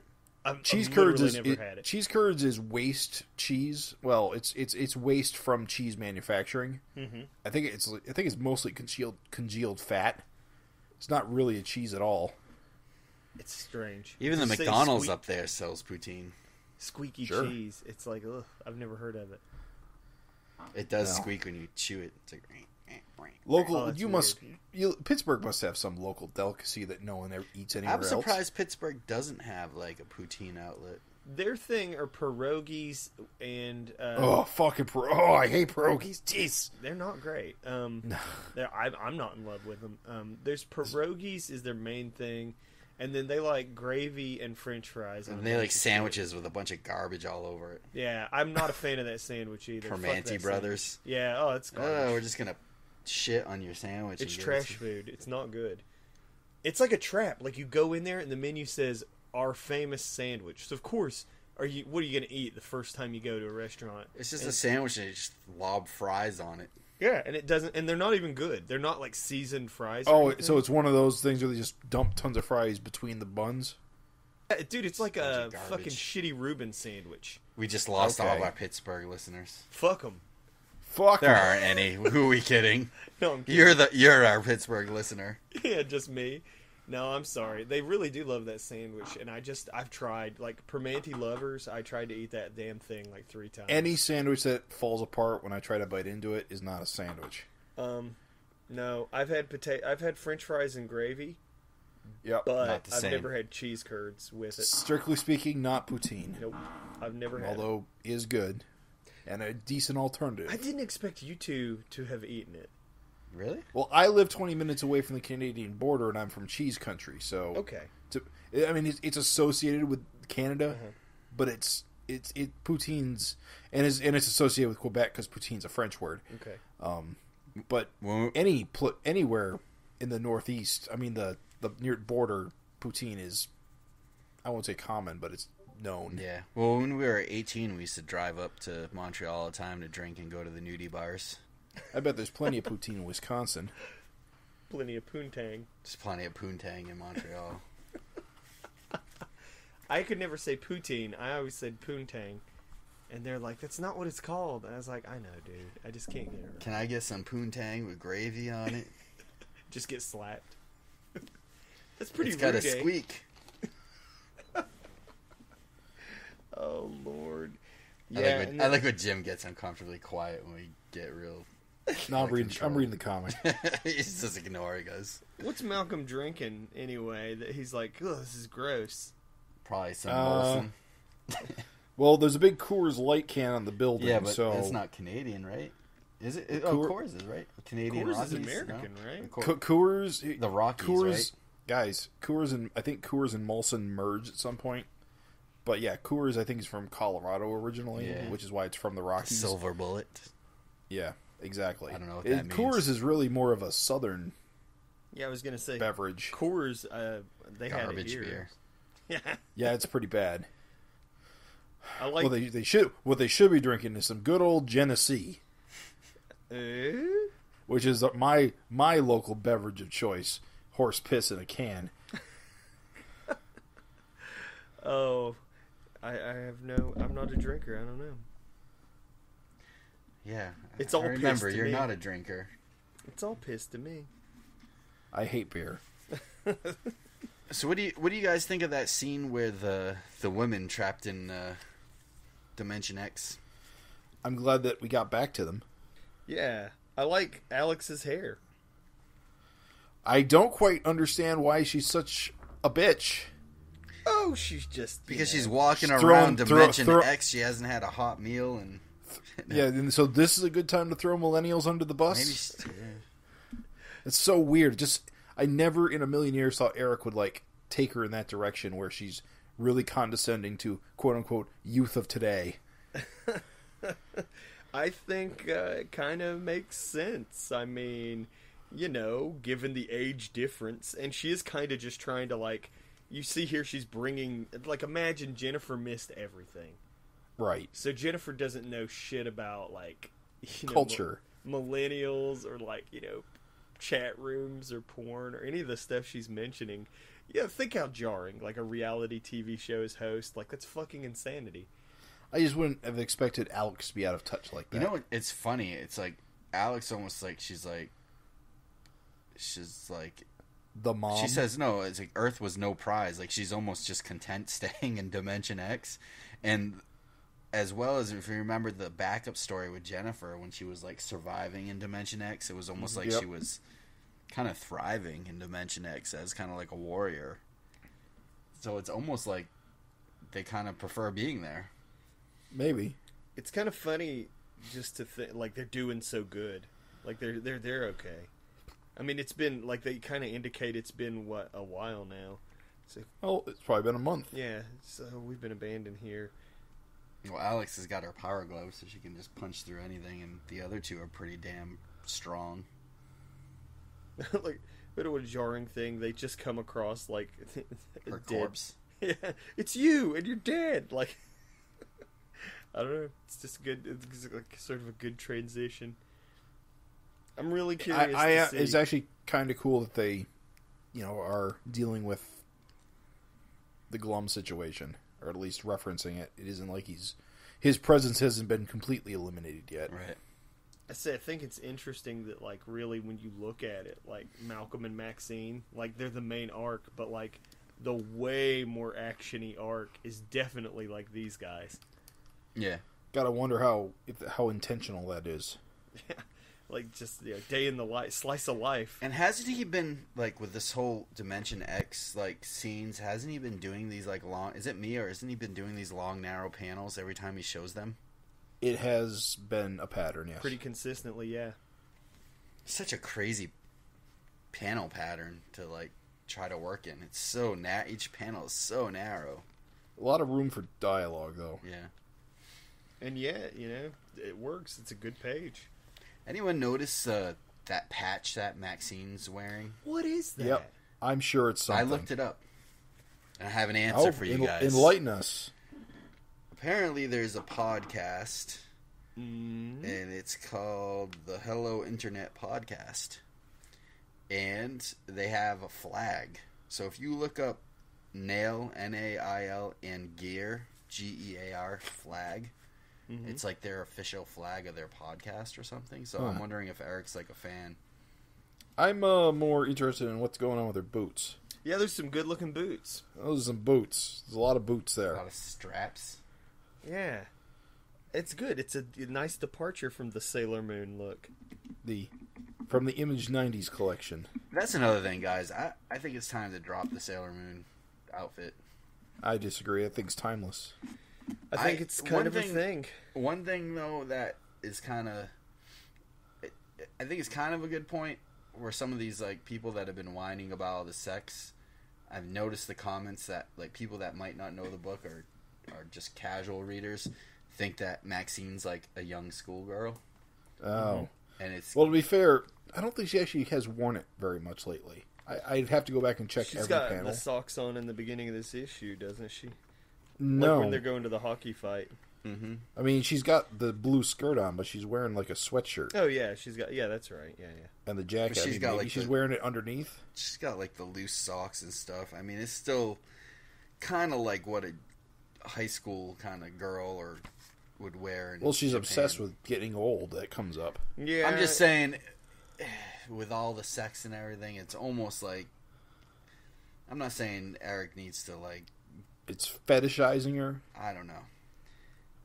I think it might give some fuel to people that want to make the argument that, they're offended or something like that because she's dressing in like a schoolgirl. I don't see it as much different as like Shaggy from Scooby-Doo wearing the same thing every episode. Yeah, I hate to say it, but at this point, that's kind of her, default outfit. Like, that's actually, like, how I think of her when I think of her. It's her super suit. Yeah, I mean, I get it, but it's just, you can see how people from the outside would be like, wow, like, what, Savage Dragon's boning some little Asian schoolgirl is a little weird, but... I don't know. I mean, there's just... She is a young person, isn't she? Only, like, 21 or something? How many 21-year-olds are wearing, like, a schoolgirl outfit? That aren't porn? Probably some. That's not too far removed from like 19. It's easy to forget, Craig. It's easy to forget. It's also just a style. It's not like it was her actual uniform from school. Yeah, she went to it's school. Just what she wore to school because she liked it. Yeah, she went to school in Chicago, so I mean, it wasn't like there really was a reason for her to be dressed like that. I'm not saying in terms of the book. I'm just saying the image. Like, if there's one thing that people would get offended, I could understand why people would jump to conclusions if they saw that. But anyway. I see what you're saying. I suppose. I don't think you should change it, but I do think it's getting to be a little weird as she gets older.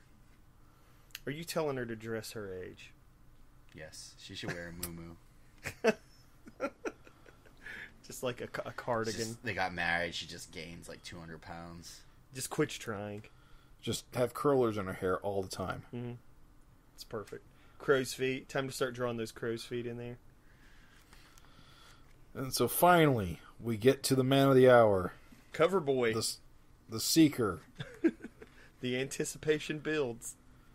Frozen in ice. For 100 years, it feels. How did he get frozen in ice? Why is he here? What is he doing? Let's find out. It's cruel because it is that nice little build up. You think something's going to happen, and then it doesn't happen. I feel bad for these kids.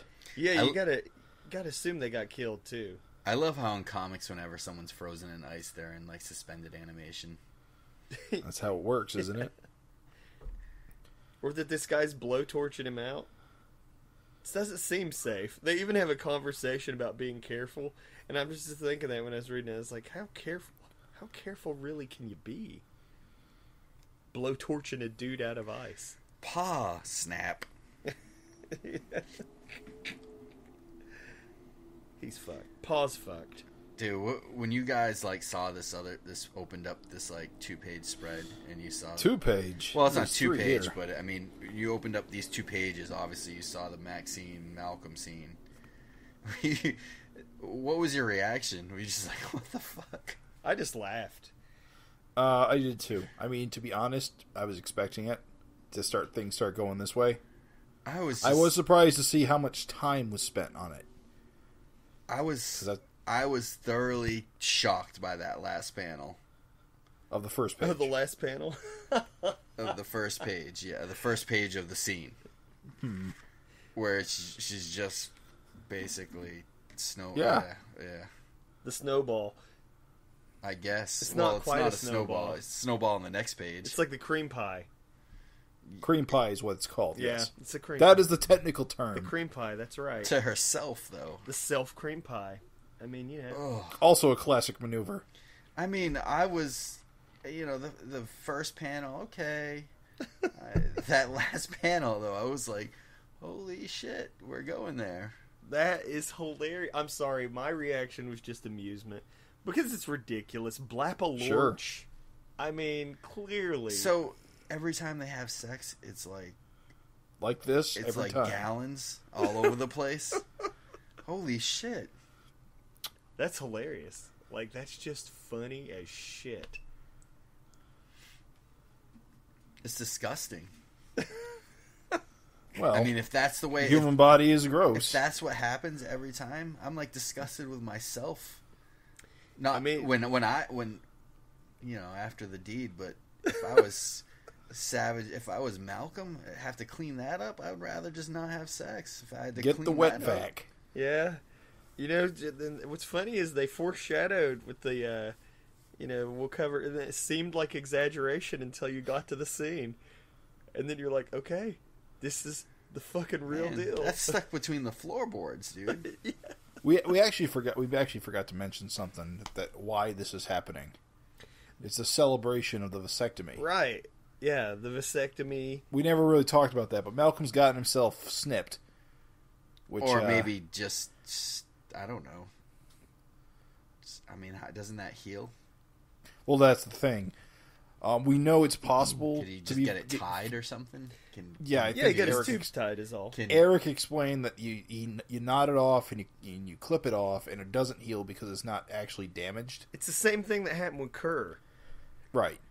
Well, didn't it happen with Kerr, like, Dragon, like, his whole junk got, like, cut off, right? Right, and then it grew all right. back, and so And it was he could have got healed. right, and he could have gotten another vasectomy at any time. He just never did. Right. Well, or at least we weren't told he did. Well, he thought, remember with Dragon, he thought he was shooting blanks. Right, he thought he was sterile. Yeah, he thought he that was like, sterile. That was one of the things is that he had gotten tested, I guess, and he was coming up sterile. So he thought he couldn't, but then when Rapture had Malcolm, remember there was that whole thing where he's like, well, it's not mine, I'm sterile. It can't be mine. Yeah, and she's like, well, you're a fucker, I know when I'm pregnant. And so, yeah, he just got his bottom half blown off, so when it grew back right. Correct. So that's what's happening here with Malcolm, is he can get a vasectomy because, his dad got a vasectomy. So, yeah, they're just celebrating the vasectomy by boning. Man, this is 3 pages of craziness, though. The snowball, like, oh, jeez. This shit is hilarious. I'm sorry, but it's just kind of like, for me, just funny. Just the way, and here's the funny thing. I just think it's funny that, again, Malcolm's the superhero and Maxine's the normal person. Right. And clearly she's dominating the shit out of this whole sequence. Yeah. I sometimes feel that Malcolm's uncomfortable with this. That's what's funny. He doesn't seem comfortable with it. Like, he kind of seems like, ugh, like the kiss. Like, look at the face, dude. He's sicked out. Come on, man. Yes. Yeah. What I find interesting Yes. is this. In a lot of ways, this sequence is drawn like an action sequence. Hilarious is that's what's hilarious is that, like, it totally is, like, with the blap a lorch, it might as well be someone getting punched through a wall. Sure. You know what I mean? Yeah, the action sequence is like... It is action-packed. It's hilarious, dude. Throws her in the last panel, second to last panel, the scene. Yeah. I've seen Dragon do that pose before. It throws when he's like investigating a hole in the floor or where someone's been thrown. Or trail of blood. Yeah, it's hilarious, this, like, Maxine climbing all over him like a little, like, monkey. It's just hilarious, dude. I don't know. I think it was played for laughs. That's the way it hit me. Sure. Hands off to the colorist, because it's hilarious. Because even, like, on the little scene where he's throwing her, just look at the detail. There's, like, little flicks going in the air. Dude, I gotta give props to people like Erik Larsen, R. Crumb, like a Ralph Bakshi, a Raven Perez, that could draw these scenes like this. All those Japanese doujin artists. I would be so, like, worried about what my, like, family would say. Well, like, I would be worried that... I don't want my kids to catch me drawing this. Like, how do you guys, like... Is it just, I just don't give a fuck? Like, well, here's what it is. I know you're going to laugh, but, like, if you're going to do that, you have to... just not give a fuck. You have to not... One of the first things, like, I think successful artists learn is that, for real, you can't create art with your family in mind. Because your family... I'll give you the perfect scenario. Like, my sister loves raunchy shit. She loves raunchy comedies, raunchy comedians, raunchy movies. Loves it. She fucking hates my comic. Okay. My sister hates... my comic. She, like, told me in person that it was, like, an embarrassment and she was ashamed of it and, like, couldn't tell people about it and stuff. And I told her, I said, well, that's fine. I was like, I'm your friend and I can't tell people about it sometimes, right? Dude, my readers, when I was fulfilling the Kickstarter, I drew on the outside of people's envelopes because I was, like, super appreciative and I wanted to, like, cover, like, as much, like, little unique, like I want to give people I really want to, like, make this special because these people helped me make a $14,000 project a reality. Yeah. And more than one guy told me, thanks for the drawing on the envelope, but now I have to tell my wife what your comic is. And so, I mean, that's the thing. So that promo image you did for Home, I think somehow appeared on my timeline. I think my dad saw it. I'm sorry, Jim. He knows. So I was so mortified.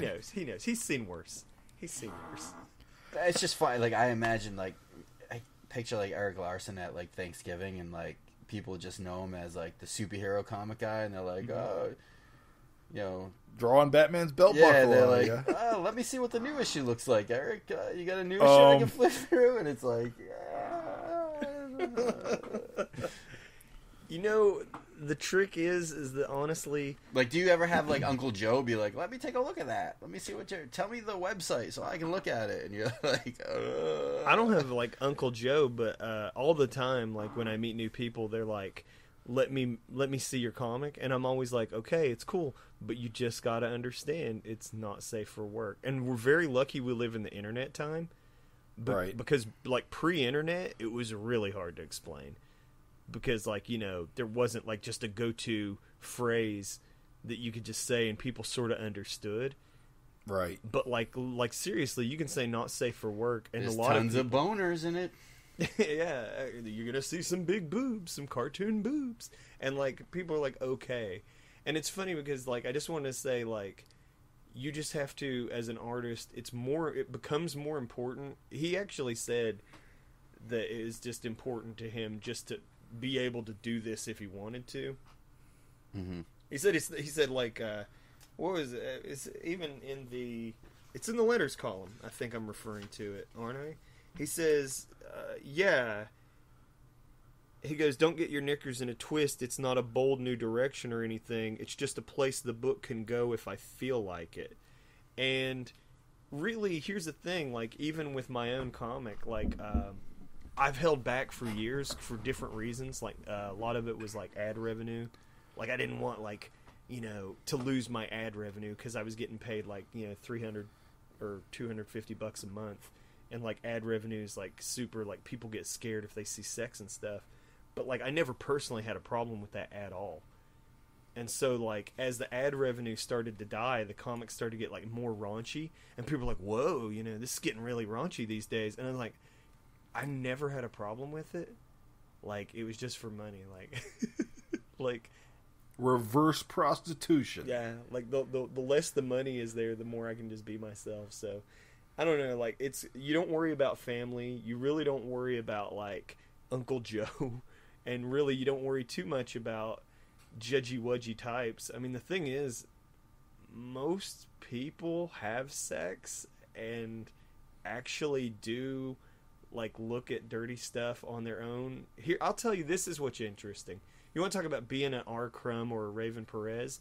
Once people get past the fact that you do it, people get too comfortable and they overshare.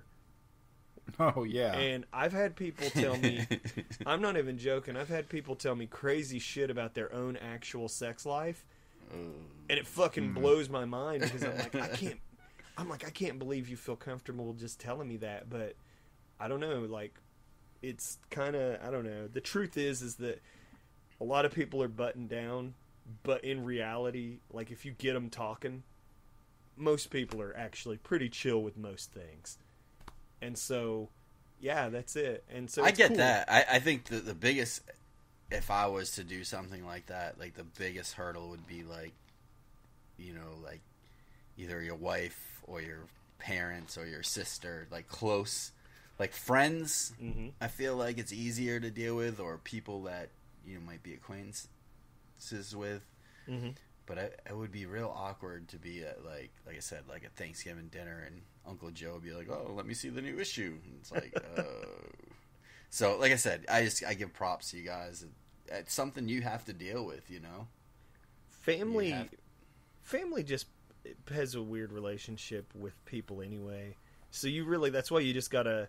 I even had a professor in school. Like, I was doing my senior show, and he's like, "Why are you holding back?" he was like, I know your work has all this stuff in it usually. He's like, why are you holding back for the senior show? They literally wanted me to cover an entire wall in hundreds of drawings. Mm-hmm. Oh. And I did it. For exposure. I did it. It was insane. And I think I did like 230 or 250 drawings in like 2 months. Mm-hmm. Jesus. Yeah, dude, they were not good, but it was insane. It was fast. It was all about speed. And like, when I showed them some of the early, like, I did like 60, and they were like, hey, these are good and everything, but like, they're like, this is not very you. Like, what are you doing? And I was like, well, everybody's families are going to be, I was like, everybody's families are going to be at this show. And I was like, I don't want, like, you know, to just whip out the dongs and boobs on them. And they were like, you're an artist. They were like, you have to be comfortable doing this because most people aren't. They were like, so yeah. They were like, so like, they were like, if you can't even be comfortable with it, they were like, you know, they're like, most people expect it. Like, you have to be comfortable because, I don't know, I don't feel like it's like, oh, I have to be provocative. You have to be comfortable. So right. If you got it in you to do it, and so like when I read this, I'm like, you know what's cool is that as much stuff was ever in Savage Dragon, like, clearly he had it in him to do a little bit more. Right. Sure. I mean, he's teased stuff like this in the past. Like, crazy. Dude, Dragon doing Alex doggy style? Right. Sure. It's damn near this. The only thing the shower scene. The only thing that's different is cum. Well, the main difference is he would do, like, single panel, like, what's the word I'm looking for? Like, not establishing shot. What am I thinking of? Money shot, I suppose, in this context. Right. But he wouldn't elaborate. He would just show the moment and then move on. Funny, it just cracks me up because, too, I think a lot of this, talking about, like, you know, reservation. It's real quick. It's like the difference between punctuation and the action scene in this book. Yeah. Yeah, I get you. If you get what I'm saying. Well, I brought this up in the comments on the Savage Dragon Facebook forum, and I wanted to bring it up here on the FINcast in case anybody missed it. But I'm reading Doom Patrol from DC. Okay, the young animal, the current run. Right, with Nick Darrington on the art, and then the other dude, Gerard Way, the musician guy, on the writing. Mm-hmm. At any rate, in the issue that I read most recently, I'm not even kidding, the girl, she had a house cat, a normal house Oh cat. yeah, I heard about this. The house cat ran away. When the house cat comes back, it's mutated. It's a cat man now that talks and everything. Sure. Her and the cat man, they're sitting on the couch watching TV, and like you can tell that they're like feeling each other. And then there's just a panel of them kissing. And then the next scene is them, and they're in bed, and he's mostly naked. He's just got a cover over his butt, and she's like... Is he furry or is he not? He's furry. He's a furry, okay. He's furry. This is a furry... Imagine a cat head on a man's body, but the body's covered in fur. And that's this... Right. So it's incredibly weird. And what's funny is that, to me... Because, again, this is her... She calls the cat's name is Lotion. Okay. She never stops. She doesn't give him... He's not like... He doesn't say, my new name is, John Smith. She's like, hey, Lotion, welcome back. And Lotion's like, hey, you have pretty eyes. And I'm like, oh, my God, what? I'm sure all the bestiality people were out in force. So it's funny because I'm saying, even though there was, like, just a panel of kissing and then a panel of them laying in bed... That was more shocking to me than 3 pages of Maxine and Malcolm. Why? Because he's a cat? Just because he was her house cat, dude. Okay. Are you saying that having sex with a Ninja Turtle isn't completely normal? There's been that? That's fucking bizarre. Hortus did. Hortus did? Well, she was an alien, though. Did she really? How does that... remember that. She gave Michelangelo a blowjob. No, wait. She gave Dragon a blowjob. I could have swore they dated, though. See, here's the thing, though. They like dated, but it was real innocent dating. This would be like if you had a pet and the pet became a person and you boned the pet. Like, that's weird. Than Maxine and Malcolm. That's all I'm saying. So, like... I would be concerned about that I'm taking advantage of a new life form that's innocent. Well... As explicit as this is, and it also, most animals don't live to be past 16, so age of consent issues. Yeah, it's weird. There's all kinds of weird shit. But like, it's funny because as weird as like people are like, oh my gosh, this is just crazy. This Malcolm and Maxine shit's blowing my mind. As crazy as it is, I think it's nowhere near as crazy as anything. As humanoid cat fucking. Yeah, there's just it could be a lot crazier. That's all I'm saying is like... I thought you were going to complain that DC didn't go far enough. Oh, I mean, it is a Vertigo book, right? I mean, they should. Well, Young Animal's kind of in a kind of nebulous zone there, but yeah, it's a mature reader book. I tell you what I'm going to say. The clock's ticking down. We're waiting for that heroic dong. Yeah. Yep. There's no heroic dong. It's the last frontier. It is. We've seen monster dong aplenty. Well, unless he puts it on the cover, then that's the last frontier. Heroic dong on the cover? On cover. I tell you. Do you ever read that Butcher Baker, the Righteous Maker book? Yeah. Remember that first cover where it like really accentuates the groin? Yeah. Only do that with no pants. Well, here's the thing. Okay, I just want to say this. I feel like a lot of people are surprised because it's a superhero comic, like Savage Dragon. I mean, if you read like any other comics, you know they fuck, and you know that they have like semen and like they show stuff like this. I'm just saying, like, it's weird to have this standard for like, oh, this is so crazy, when it's like, I agree. It's in other stuff. That's all. You watch TV like Game of Thrones. You've got siblings boning each other and crazy shit. I showed you this on Twitter the other day. Sean Murphy is drawing a Batman book with that.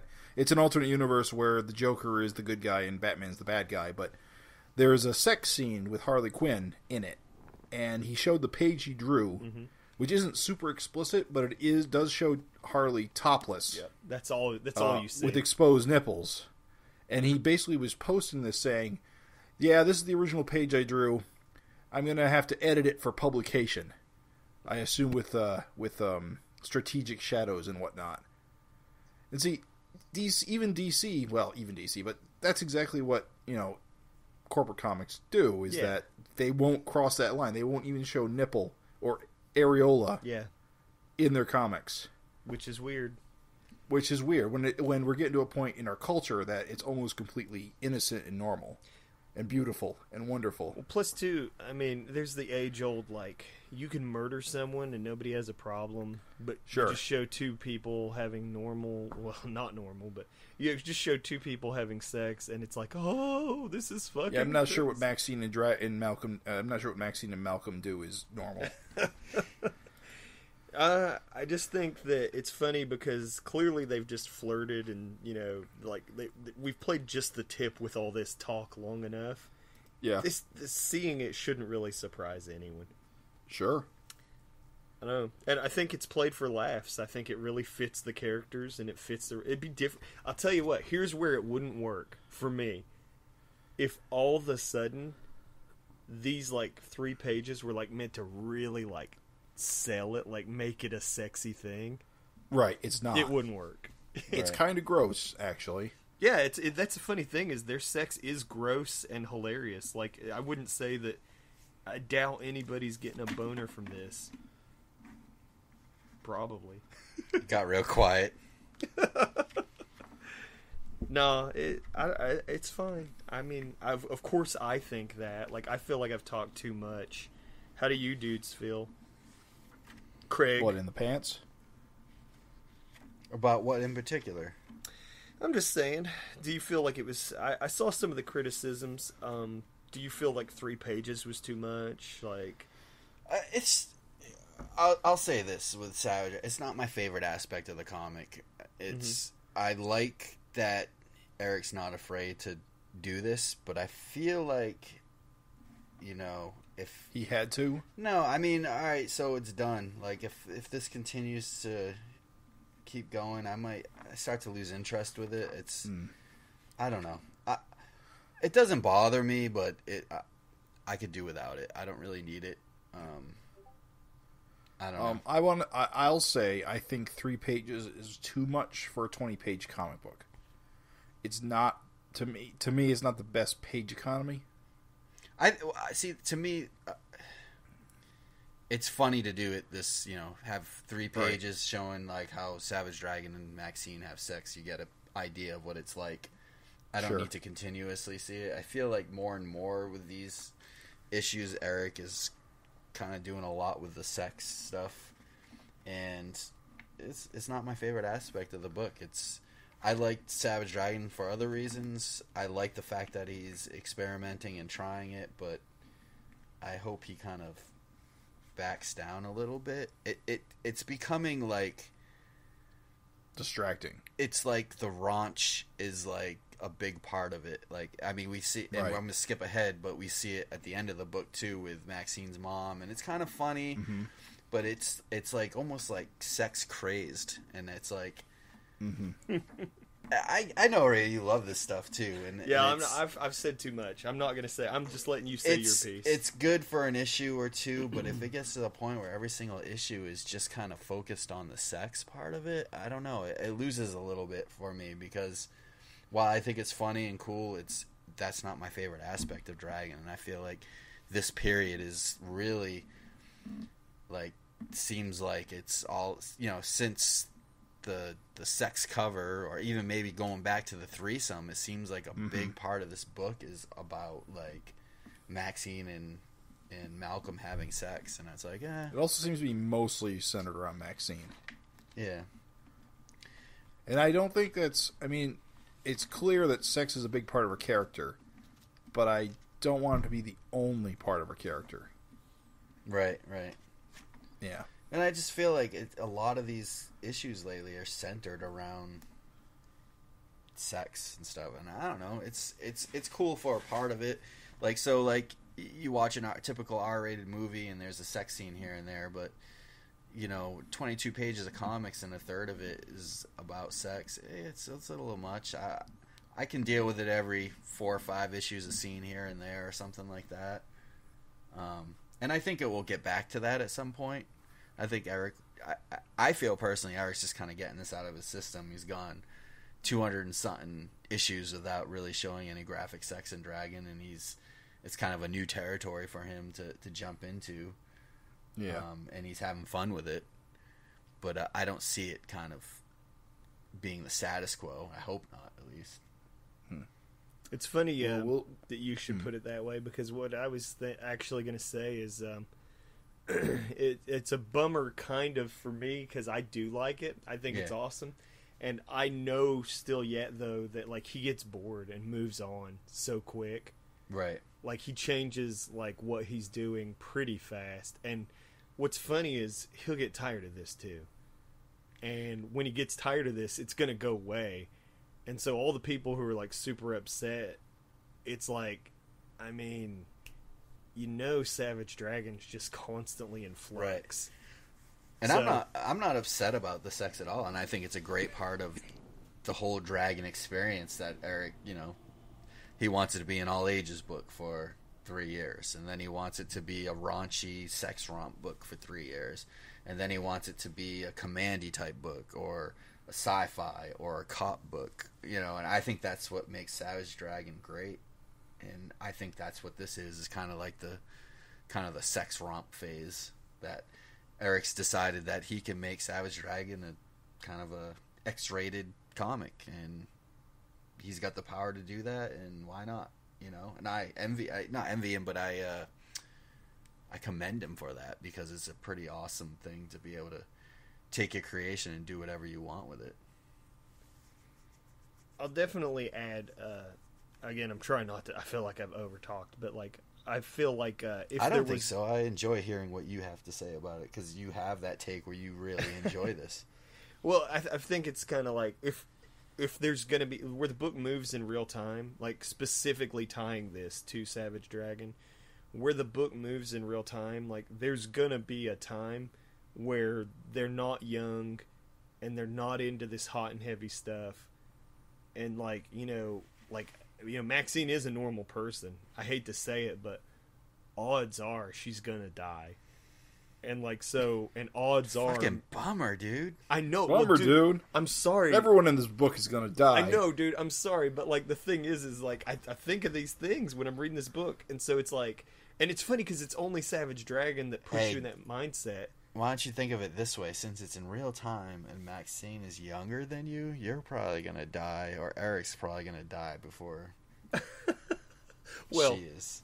Possibly, but I hope not. But I'm just saying that, the reality of it is that, if Malcolm hooks up with a different person, I'm just saying he will be an older, more mature person. Well, it won't be like this. And that's a good point, too. Even the fact that they're young, this is kind of like their honeymoon period, people act different 3 years or 4 years into a relationship than the first few. And they even kind of somewhat talked about it. They were like, the craziness hasn't gone away. I'm sure it will. Although they have probably been together for a while now. Time is going by fast. Who? Maxine and Malcolm. How long have they been together? Yeah. For a long time, actually. Yeah, they have. I don't know. It's probably been 3 years real time. Yeah. I'm just saying, you never know where the future of this book will go. You just don't know. So, I don't know. With Savage Dragon, I almost always, have you better enjoy it while it lasts, because it's not going to last. Kind of if something's happening, it's there's going to be a Trump issue. There won't be another one of those presidential issues for 4 or 8 years. Yeah. So that's all what makes this a great comic. Yeah. I'm with you, dudes. It's even though I like it, I realize, again, you're talking about, I do it in mine. I know it's not for everybody. It's super. There's a lot of people that they see it and they're done. They don't want to deal with it. They don't want to look at it or focus. Well, but I think yours is different in a way too, is because that's how it's kind of always been. That's the tone of the book. Whereas Dragon, it'd be like if you removed it at this point. Yeah. So Dragon, you've had 200 issues, and then all of a sudden it becomes an X-rated book. So it is a bit jarring for Dragon, but it's a great experiment, and I think it. People will look back at this era as kind of like the X-rated era. Or maybe I'm completely wrong, and maybe this is how it's going to be from now on. Who knows? It's cool just that you have a comic I know I say this with Savage Dragon all the time, but it's cool that you have a comic that can do this. Right. Like, you're never going to read Superman where they're just, like, fucking the shit out of each other. It's never going to happen. This is as close as you're going to get to, like, a mainstream superhero comic that is basically anything goes. Yeah. Yeah, pretty much. And again, it's cool because, I mean, I don't know. Like I said, if you read a bunch of other comics, like, you see stuff like this. Like, Jim, isn't, like, is this kind of stuff in, like, the British comics that you read? Yes. Yeah, that's what I'm saying. Like, British and European comics, like, it's nothing. See a male cock about once a year. It's nothing. It's nothing for them to just, like... I mean, okay, to be fair, the 3 pages of Bukkake, not so much. But you definitely see more. Yeah. Than you do. I mean, you see nudity, like, fairly often. And sometimes... Sex is sometimes implied, but it's more for space reasons than any kind of, like, you know, cleanliness. Right. I feel like it's kind of a bummer. I feel like the print guys have this restriction over them, whereas if you look at a lot of digital comic creators, they don't. A lot of digital comic creators are like more free to just do whatever they want. Sure. And so it's totally nothing to have somebody be like, you know, I'm doing a porn comic, and everybody's like, nobody's like, oh, how gross, you're weird, you've really sunk into new lows. People are just like, oh, cool, I can't wait to read it. Yeah. Sure. Like, and so it's kind of a shame, really. I feel bad that, like, you know, you've got these pros, legends, that are shackled kind of by this, like, restriction that, I don't know, if they were working... You know, just thinking out loud, there was some graphic sex in, like, League of Extraordinary Gentlemen. Big time. Stuff like that. Did you ever read Lost Girls? I didn't read that one. No, that I was, like, didn't a either. big controversy, too, right? Like, Yeah, people but that was didn't more want to about them- stock it in their shop. That was more about the girls being underage, Yeah. I think. Plus, he did it was a direct, like, like, he directly made that to challenge the market. Yeah. Yeah. Yep, got you. Well, we should probably wrap it up on that. I mean, we've said a bunch on that. You get to see, like, past the sex scene, you get to see, you know... the Babysitter Kevin. Yeah, Babysitter Kevin with the guy in Duder. I like how the kids, like, zone out so hard. I like how they wake him up. That's great. Wake him up just to watch TV. We haven't seen Guy and Duder in a while, I feel like. Not like on television. No, it's been quite a while. Also, I feel like that is also a reference to, like, how we complain about killing off recurring characters. I didn't even think about it like that. That's funny. I'm sure you're right. Dude, so did they ever explain, like, what Malcolm's kind of deal is? Like, he gets a call. Is he like a bounty hunter in he's Canada? kind of a freelance for the government. They explain that? I don't remember.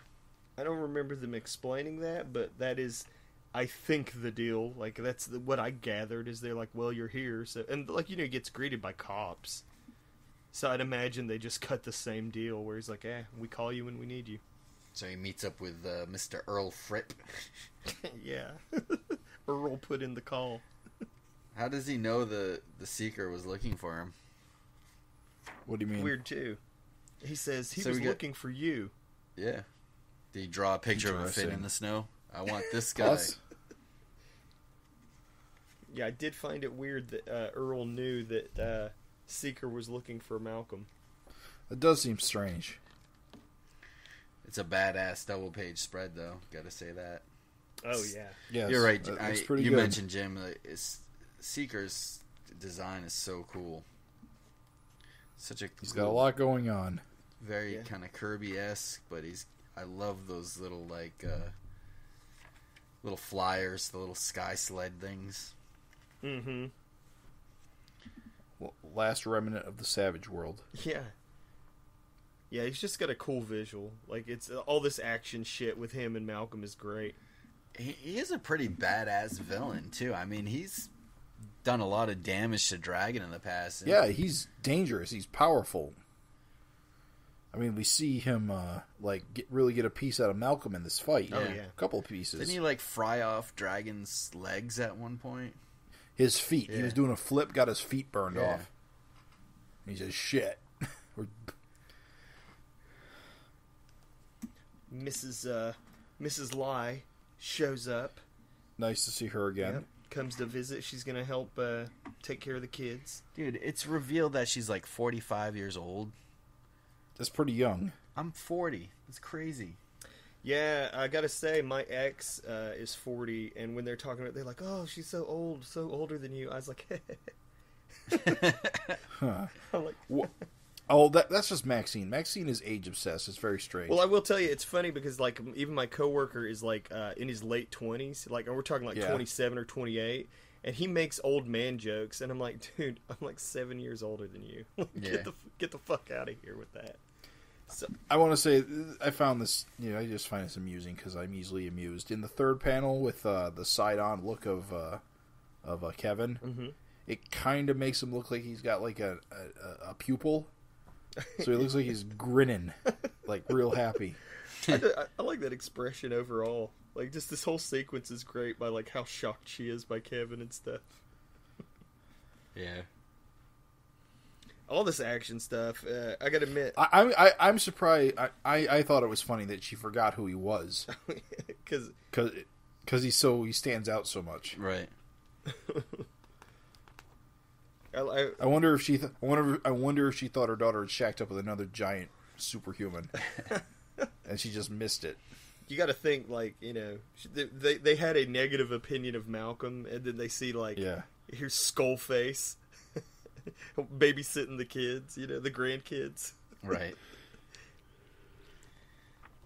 I gotta admit though, like Eric's action scenes are so on point with the Seeker and Malcolm. I love that 4-panel page, like so good. Like that bottom Seeker panel. Fuck yeah, bro! Where he's throwing they're like throwing trees at each other. Yeah, and then just blasting them, and then Malcolm's just hand being shattered. Erik should draw things in the snow more. Yeah, that's the one page, the top of the page where Malcolm's just pushing up a whole tree like root system. It's awesome. That's neat. I love, dude, just like punching through like his fucking abdomen, like right through. That's such a wicked looking, just like so good.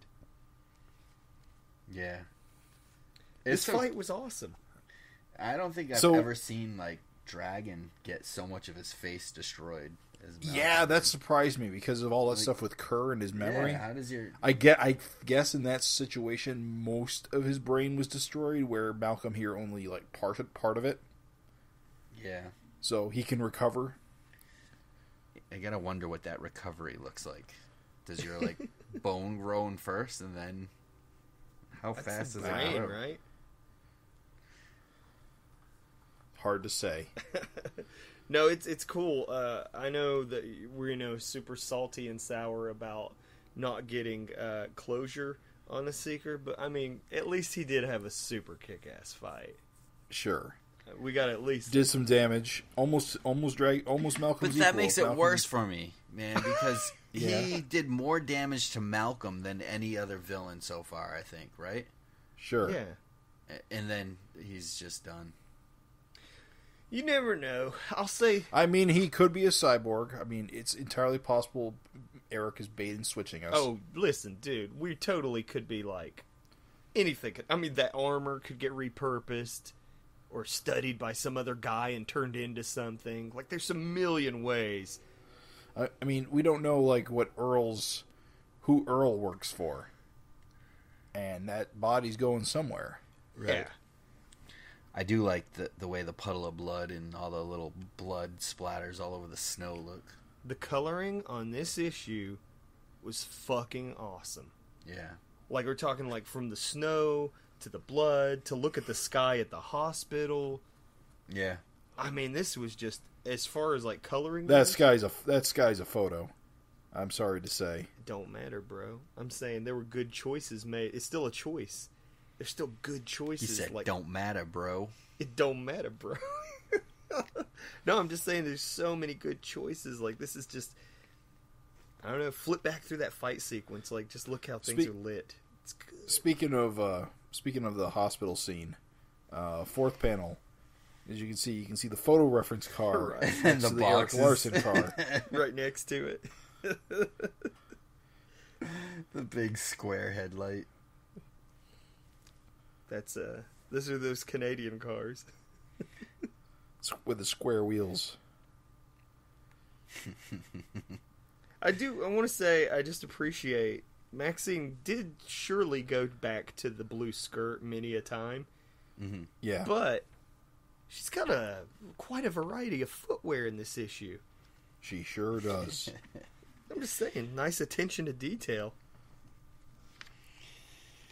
When you flip to the last page, did it kind of knock you out of your chair? Dude, Like, that shit flipped me out. Way more than 3 pages of... Sure. That flipped me the fuck out. In fact, I think that was why he did it. Yeah. To get you distracted. You know what? That's a damn good point. Those 3 pages could have been like, oh, that's so shocking, and then this is way more shocking. See, this is more like a classic Savage Dragon sex moment. yeah. Where you open the door and boom, there it is. Yeah, the page flip. It's crazy, dude. I'm just saying that, like, I didn't see that shit coming in a million years. Yeah. I love It's quite... the last little bit of dialogue with Malcolm just saying, what can I say? It's Kevin. The guy's a goddamn chick magnet. I love that kind of, like, little inside joke on, that's been running with, like, just Kevin being a chick magnet. The guy is a giant, horrific skull face. Yeah, all the women love him. He's a fucking awesome looking dude. He's muscly as shit, and he's got thunderbolts on his head.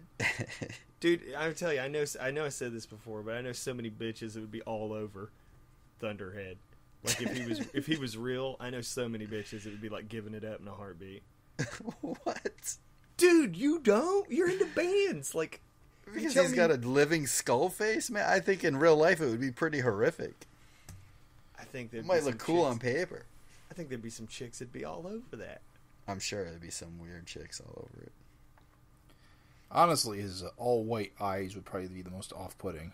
Once you got used to it, though, I mean, it wouldn't be too bad. You never know where he was looking. Are you paying attention to me, Kevin? Yes. All right, real quick, getting into the backup stuff, we get a pretty good G-Man. Wait, do we want to hit up some of these letters? Talk about this letters page? All right. They're great. This is a good letters page. Or just say this is a juicy letter. This is a hot letters page. 2 of them had people that are dropping the book, right? Yeah, they fucking quit. What were their names? I want names. Richard. No, I want to know if I want to know if it's a particular Richard name. Hansard quit. He was out. The Trump stuff broke him after 25 years. The Trump stuff, not the sex I'm stuff. a well-educated man of 47 years of age. 47. Said, yeah, he's a military guy, educated, dentist practice, like very, hung with the book from day one, all the miniseries, but the Trump shit broke him. And then Jerry Smith from Kentucky was the other guy who quit. And Jerry had a much less educated approach and just went fucking ape shit. I mean, he didn't, like, the thing is, the first guy made, like, he was like, I'm not dumb and I'm, like, smart and, blah, blah, blah, blah, blah. What was their exact problem? But Eric's point was, like, I only showed a small group of people that actually had any dialogue and the rest didn't even say anything. And he's like, I didn't make Trump say anything. It was, like, 2 people that said, like, hillbilly shit, but all the rest were, like, actual quotes, yeah. And the other thing he said, and this completely blew my mind, was that he had planned to do a similar setup for Hillary. Sure. So he said, because he hated both candidates, as I think most of us did. Like, nobody was, like, doing cartwheels over these choices. And so he said, he was like, would you be mad? I think it's funny, the tone, because he's like, really? Like, is this what it takes after all this time? And that's my whole thing. I'm not I'm not going to mock these dudes. I'm going to say, bros, you had 25 great years with Savage Dragon. Please do not let one issue that, honestly, if you really break it down, didn't even really shit on anything in any one particular strong fashion, don't let it ruin your fun. It's really not that important. Yeah. Although I have to say, if I was someone that was a pretty conservative voter, I don't think Savage Dragon would be the comic for me, because Erik is pretty vocal about it all the time. Sure. So even for that person to make it this far, good on them. But I mean, I could understand if it was flipped the other way and somebody was, constantly putting down, whoever the left candidate is or whatever for the past 15 years, which, if you're truthful, that's kind of like how the tone has been in a way for a lot of stuff. Yeah, he's taking the piss out of the Democrats like half the time. He's pretty bipartisan with his critique. You think so? Oh yeah. I mean, what's a good choice? What's a good points here? Super Patriot snubs Bill Clinton. Al Gore is kind of a joke. Was Al Gore a joke? I don't know. I feel like the John Kerry didn't get it very good. Obama's the only one who got the really good shine put on him. Because he Erik was really knocked excited out about Obama. George Bush. Well, no, that was the imposter. Yeah, but you get the idea. Sure, that visual. But visuals should be provocative. I get it. I'm just saying, I could see how people that were, pretty conservative, or, I could see treating politicians like comedy set pieces is, tradition. I could see how that could be off-putting to somebody, but because Erik is a pretty liberal guy and he doesn't hide his feelings on things. Sure. But, if, like I said, if you stuck with the book, or like Raven or someone said, or you, Jim, if you stuck with the book this long, it seems weird that this would be like the straw that broke the camel's back. Yeah, it's 25 years. It's crazy to me. That's like a fourth of most people's life. If we're lucky, a fourth. You're with something for a fourth of your natural life, and you're going to let one issue for a temporary... Do you think it would matter more than Donald Trump? Yeah, I guess that's all I'm saying. Is you would think that Savage Dragon would hold a little more importance than a temporary office. I just want to say, when you think about, I don't know, all this political shit, I realize when the issues are important, yes, it makes people, super into it or whatever, but I'm saying the way people are just, super cutting ties and stuff with things, and it's yeah, but, jerk those knees a little more. Yeah, I don't know. I'm way too rambling on that. It was good to talk about those letters just because, man, Erik does not care to post some shit-talking letters, too. Yep. Those letters are pretty heated. Oh, I love it. I like how we get a full... It's good. That's the way a letter page should be. And he doesn't give the one guy a short response, either. He gives the other guy, a really lengthy response. Yeah. I love letters pages. It's good. These are good. What'd you think about the G-Man webcomics? Fucking great. Pretty good. I love it, dude. G-Man's killing it. Yeah. The G-Man ones are all pretty much hit. These graphic fantasy pages are weird that Erik put in there. And then the domestic tranquility. That is completely bizarre. It was very hard to understand. I had to read it 3 times. Well, the thing is, this isn't even the first domestic tranquility comic. It's the third or the second. Erik just drew this one. Yeah. I think he says that here. It says... Character and concept of domestic tranquility are 1983 Peggy Nehas story and art Erik Larsen. I'm not sure where he said it. I could have swore they said that this wasn't the first appearance. Yeah. It just happened to be the one that he drew. Yeah. What's funny is he says, it wasn't even funny at the time. A little harsh there. Yeah. I'm just glad it was created by a woman. Or it'd be a little bit weird. I mean, it's just funny that, like, even the idea and the concept, like Craig said, I don't know what in the fuck is going on. Like, at first I was like, oh, she's small. Yes. And then she's looking at some guy that's impersonating Stan Lee and yelling at some, like, Hulk Hogan dude. Oh, wait, that's his wife. Right, yeah. She's got a broad stroke throat. And then it's like, I see the domestic tranquility lady. I guess that's what her name is. I don't know. She's like, aha, she sees something, and I didn't realize what she's seeing. And I was like, oh, she's throwing banana peels on the ground. Right. Apparently she's got some affinity with fruit here. And then the guy falls downstairs, and I guess his costume comes off because it doesn't look like he has a mustache or glasses anymore. Yeah. Is it some kind of commentary on the Marvel comics? Maybe. Because the guy's obviously trying to be Stan Lee. Yeah. And his wife can't take it. But what the fuck is going on? I don't get it. I still don't. No, this is the craziest shit I've ever read because she's riding an orange. Like, she's just flying around on an orange. Like, that's like, what the hell? Yeah. Like, what the hell? What is that? I found it delightful. And when you flip back, I want you to flip back, dudes, and look. She's like Sigourney Weaver. She's still on the orange. Like, well, she's got curlers in her hair. Sigourney Weaver with curlers in her hair. It's just funny to me that if you go back and you look at, like, under the graphic fantasy where they're all three trying to hog the cover, and you see the Ajax comic group logo, and there's Dragon. Oh, yeah. There's Paul. Look at Paul's elbow. There's domestic tranquility on the orange. Oh, yeah, she's on the orange. What the hell? She flies around on that orange. This is the craziest shit I've ever... I would love...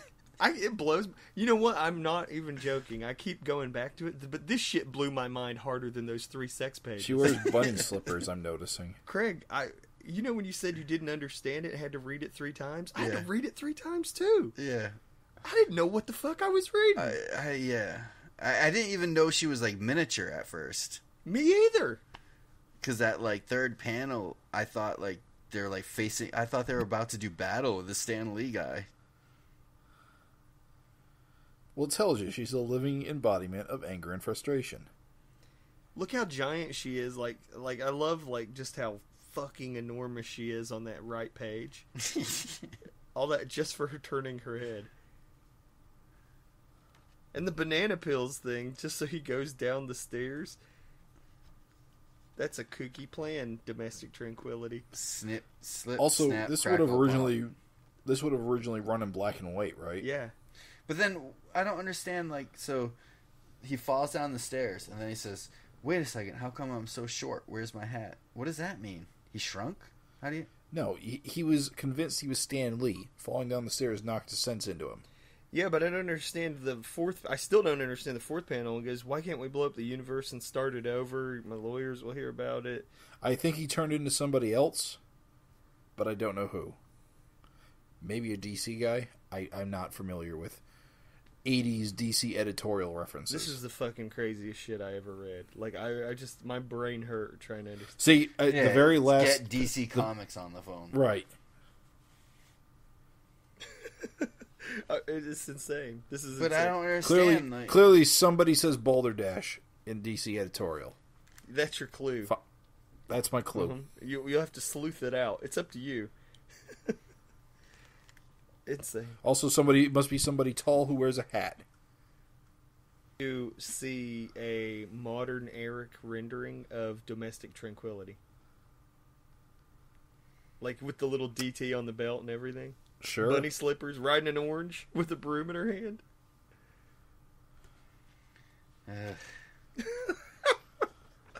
It was the craziest. That was the craziest backup of all time. That's some of the craziest shit, dude. Yeah, I don't understand why it was worth republishing, but okay. Wow. What does that mean? Harsh. We were harsh this issue. Hey, you know. Then we get... wonder if it's John Byron. No, I don't think he was... Because blowing up the universe, now I'm thinking it's a reference to Crisis. I don't know. I will say that I do like. How do you say his last name? Is it Byron? I guess it's Burns. I don't know. Always said Byron. I'm asking. No, it's Burns. It's Is that real? I was John thinking Burns. about that the other day. I was like, I don't really know how to say his name. Yeah, it's Burns. I know that for a fact. It's it's one of those cases where I read the name in my head but didn't actually sound it out. So for years I said Byron in my head, and when I started saying it out loud, I just said it wrong. Seems like it can go either way. So then we get the funnies page. Yep. Which is okay. I don't. Berkeley Muse was pretty good. I like that. That's a good one. I like that one. I thought How to Melt was hilarious too. Almost Nope, had it. That's it. You're finished. Well done. It was good. Nope. Fucked it up. He fucked up melting. And any luck with Rum Row, guys? I'm just thankful it'll be concluded next. I like how we just skipped over it. It's good, but it just... I don't feel like these 3-part things do anything for these type of strips. Sadly, they don't. Like, Jim explained that amazing world that it is. Yeah, last episode I explained what it was because I found out what it was. No, I think it was the episode before because I remember you said yeah, Craig was here. Or unless I heard that part for some reason. It would have been at the end of the episode. You said you didn't I finish got it, so it must have. No, you explained what it was, but like the world that you explained, it's just not conveyed. Like it's just not. Yeah. It's too much in a little space. You can't do it. And I guess that's it. That's it, man. Whoa, that was good. That Scott Shaw on the back cover, he got the fin wrong. Don't you start. For as much as we shat on it, I still give it a solid like 7.5. I dug it. I mean, yes, it could have been more. I can't give it. What's a 5? 5 is average. 5 would be right down the middle, right? I gotta give it a 4. Ooh. This issue, you're giving this issue a 4? And the main reason is the Seeker. I am so thoroughly disappointed. Well, I'm pissed about the Seeker, but I'd give this a 7.5. I'm going to be harsh. I'm going to be harsh because I thought the art was on point, but I'm going to be harsh because of the Seeker. That freaking pissed me off. A, because the Solicitation built it up like we're going to learn all these secrets. I know, dude. B, because it's been 15 years. And C, because not even one little secret came out. And so I'm one of those guys that he's writing to in that back column page. And that letter column box. I guess it's on me, but and that letter column box suggests that we won't be seeing him again. Yeah, letter column box really sold it. You know, for years and years, I couldn't wait to see what the deal was, and I wouldn't have even minded, like I said, if it wasn't a reoccurring character, it was just a robot or whatever, but just to get the scoop and to close out that chapter. And I feel like I got gypped, but hey. Or even if he ran away, with the possibility of seeing him again. Yep, absolutely. Like he shows up another 100 issues later. Man, when this cover came out, it was like, fuck yes, the Seeker is back. 15 years. Has it been that long? You know? And it's like, I feel like Larsen just peed on me. We didn't talk at all about Malcolm's Savage Dragon issue number drop. That was weird. That was weird. I'm surprised we didn't talk about that. I liked it. I loved it. Yep. Tells you that he reads his dad's funny book. Yep. I liked it after thinking about it, but when I first read it, it was very jarring to me. Yeah, I liked it. It made me laugh as soon as I read it. I was like, "What?" It was one of those. Oh man, it's hilarious. Not only does he read the comic, he can reference issue numbers off the top of his head. Yeah, he can refer to his life, or his dad's life anyway. Like, by issue number. By issue number. How handy would that be? That's the Fiend from like issue number 4. Neutron Bob, I haven't seen you since issue 180. They kind of did that with Logan, that movie, and it really reminded me of Savage Dragon. Really? What's going on back there? Not here. Oh, it's my. Oh, hold on. Sound like someone was eating beans. I like the Jim said, "Let me do it again." I have a creaky chair. You could have farted twice. I could We have, don't know. but I didn't. Quote, creaky chair, end quote. Nah, it's cool. I was okay with it. I liked it. I thought it was good. I stand by my 7. It's 7. I'm down with it. Yep. Seeker knocked it down. Seriously, it's all the Seeker. Seeker knocked it down. So you're saying points. if it wasn't for the Seeker, it would have been a 10? If the Seeker Get out had- of here! No, No. Yeah, Here's the thing. 10 out of 10. Here's If the it thing, wasn't for the Seeker, I'm saving Nah. those last 3 points. Well, you got to understand. For me, this was the I've been debut of Super Awesome Sex. yeah. So for you, it is a 10 out of 10. No, it is. So for me, if it wasn't for the dropped non-bomb of the Seeker, this would have been a 10 out of 10. Because the whole time I was reading that. And then, dude, you had the Kevin bomb? Get out of town. I would say if it Yeah. wasn't for the Seeker, it would be a 7 for me. I'd say about an 8.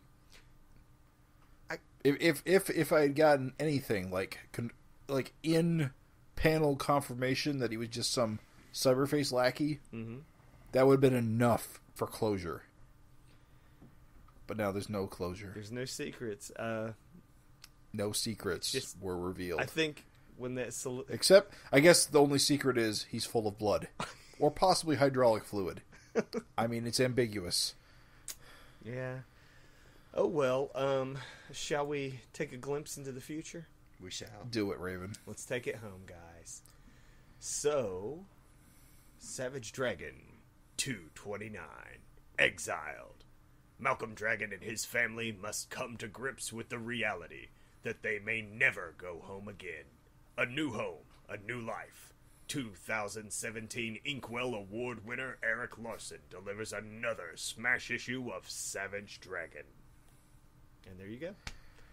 Looking forward to it. Yep. I'm excited. Don't you sourpusses try to rain on my parade. I would be more excited if this episode wasn't already 3 hours long. That's so long. We're gonna have to cut all that DC shit, dude.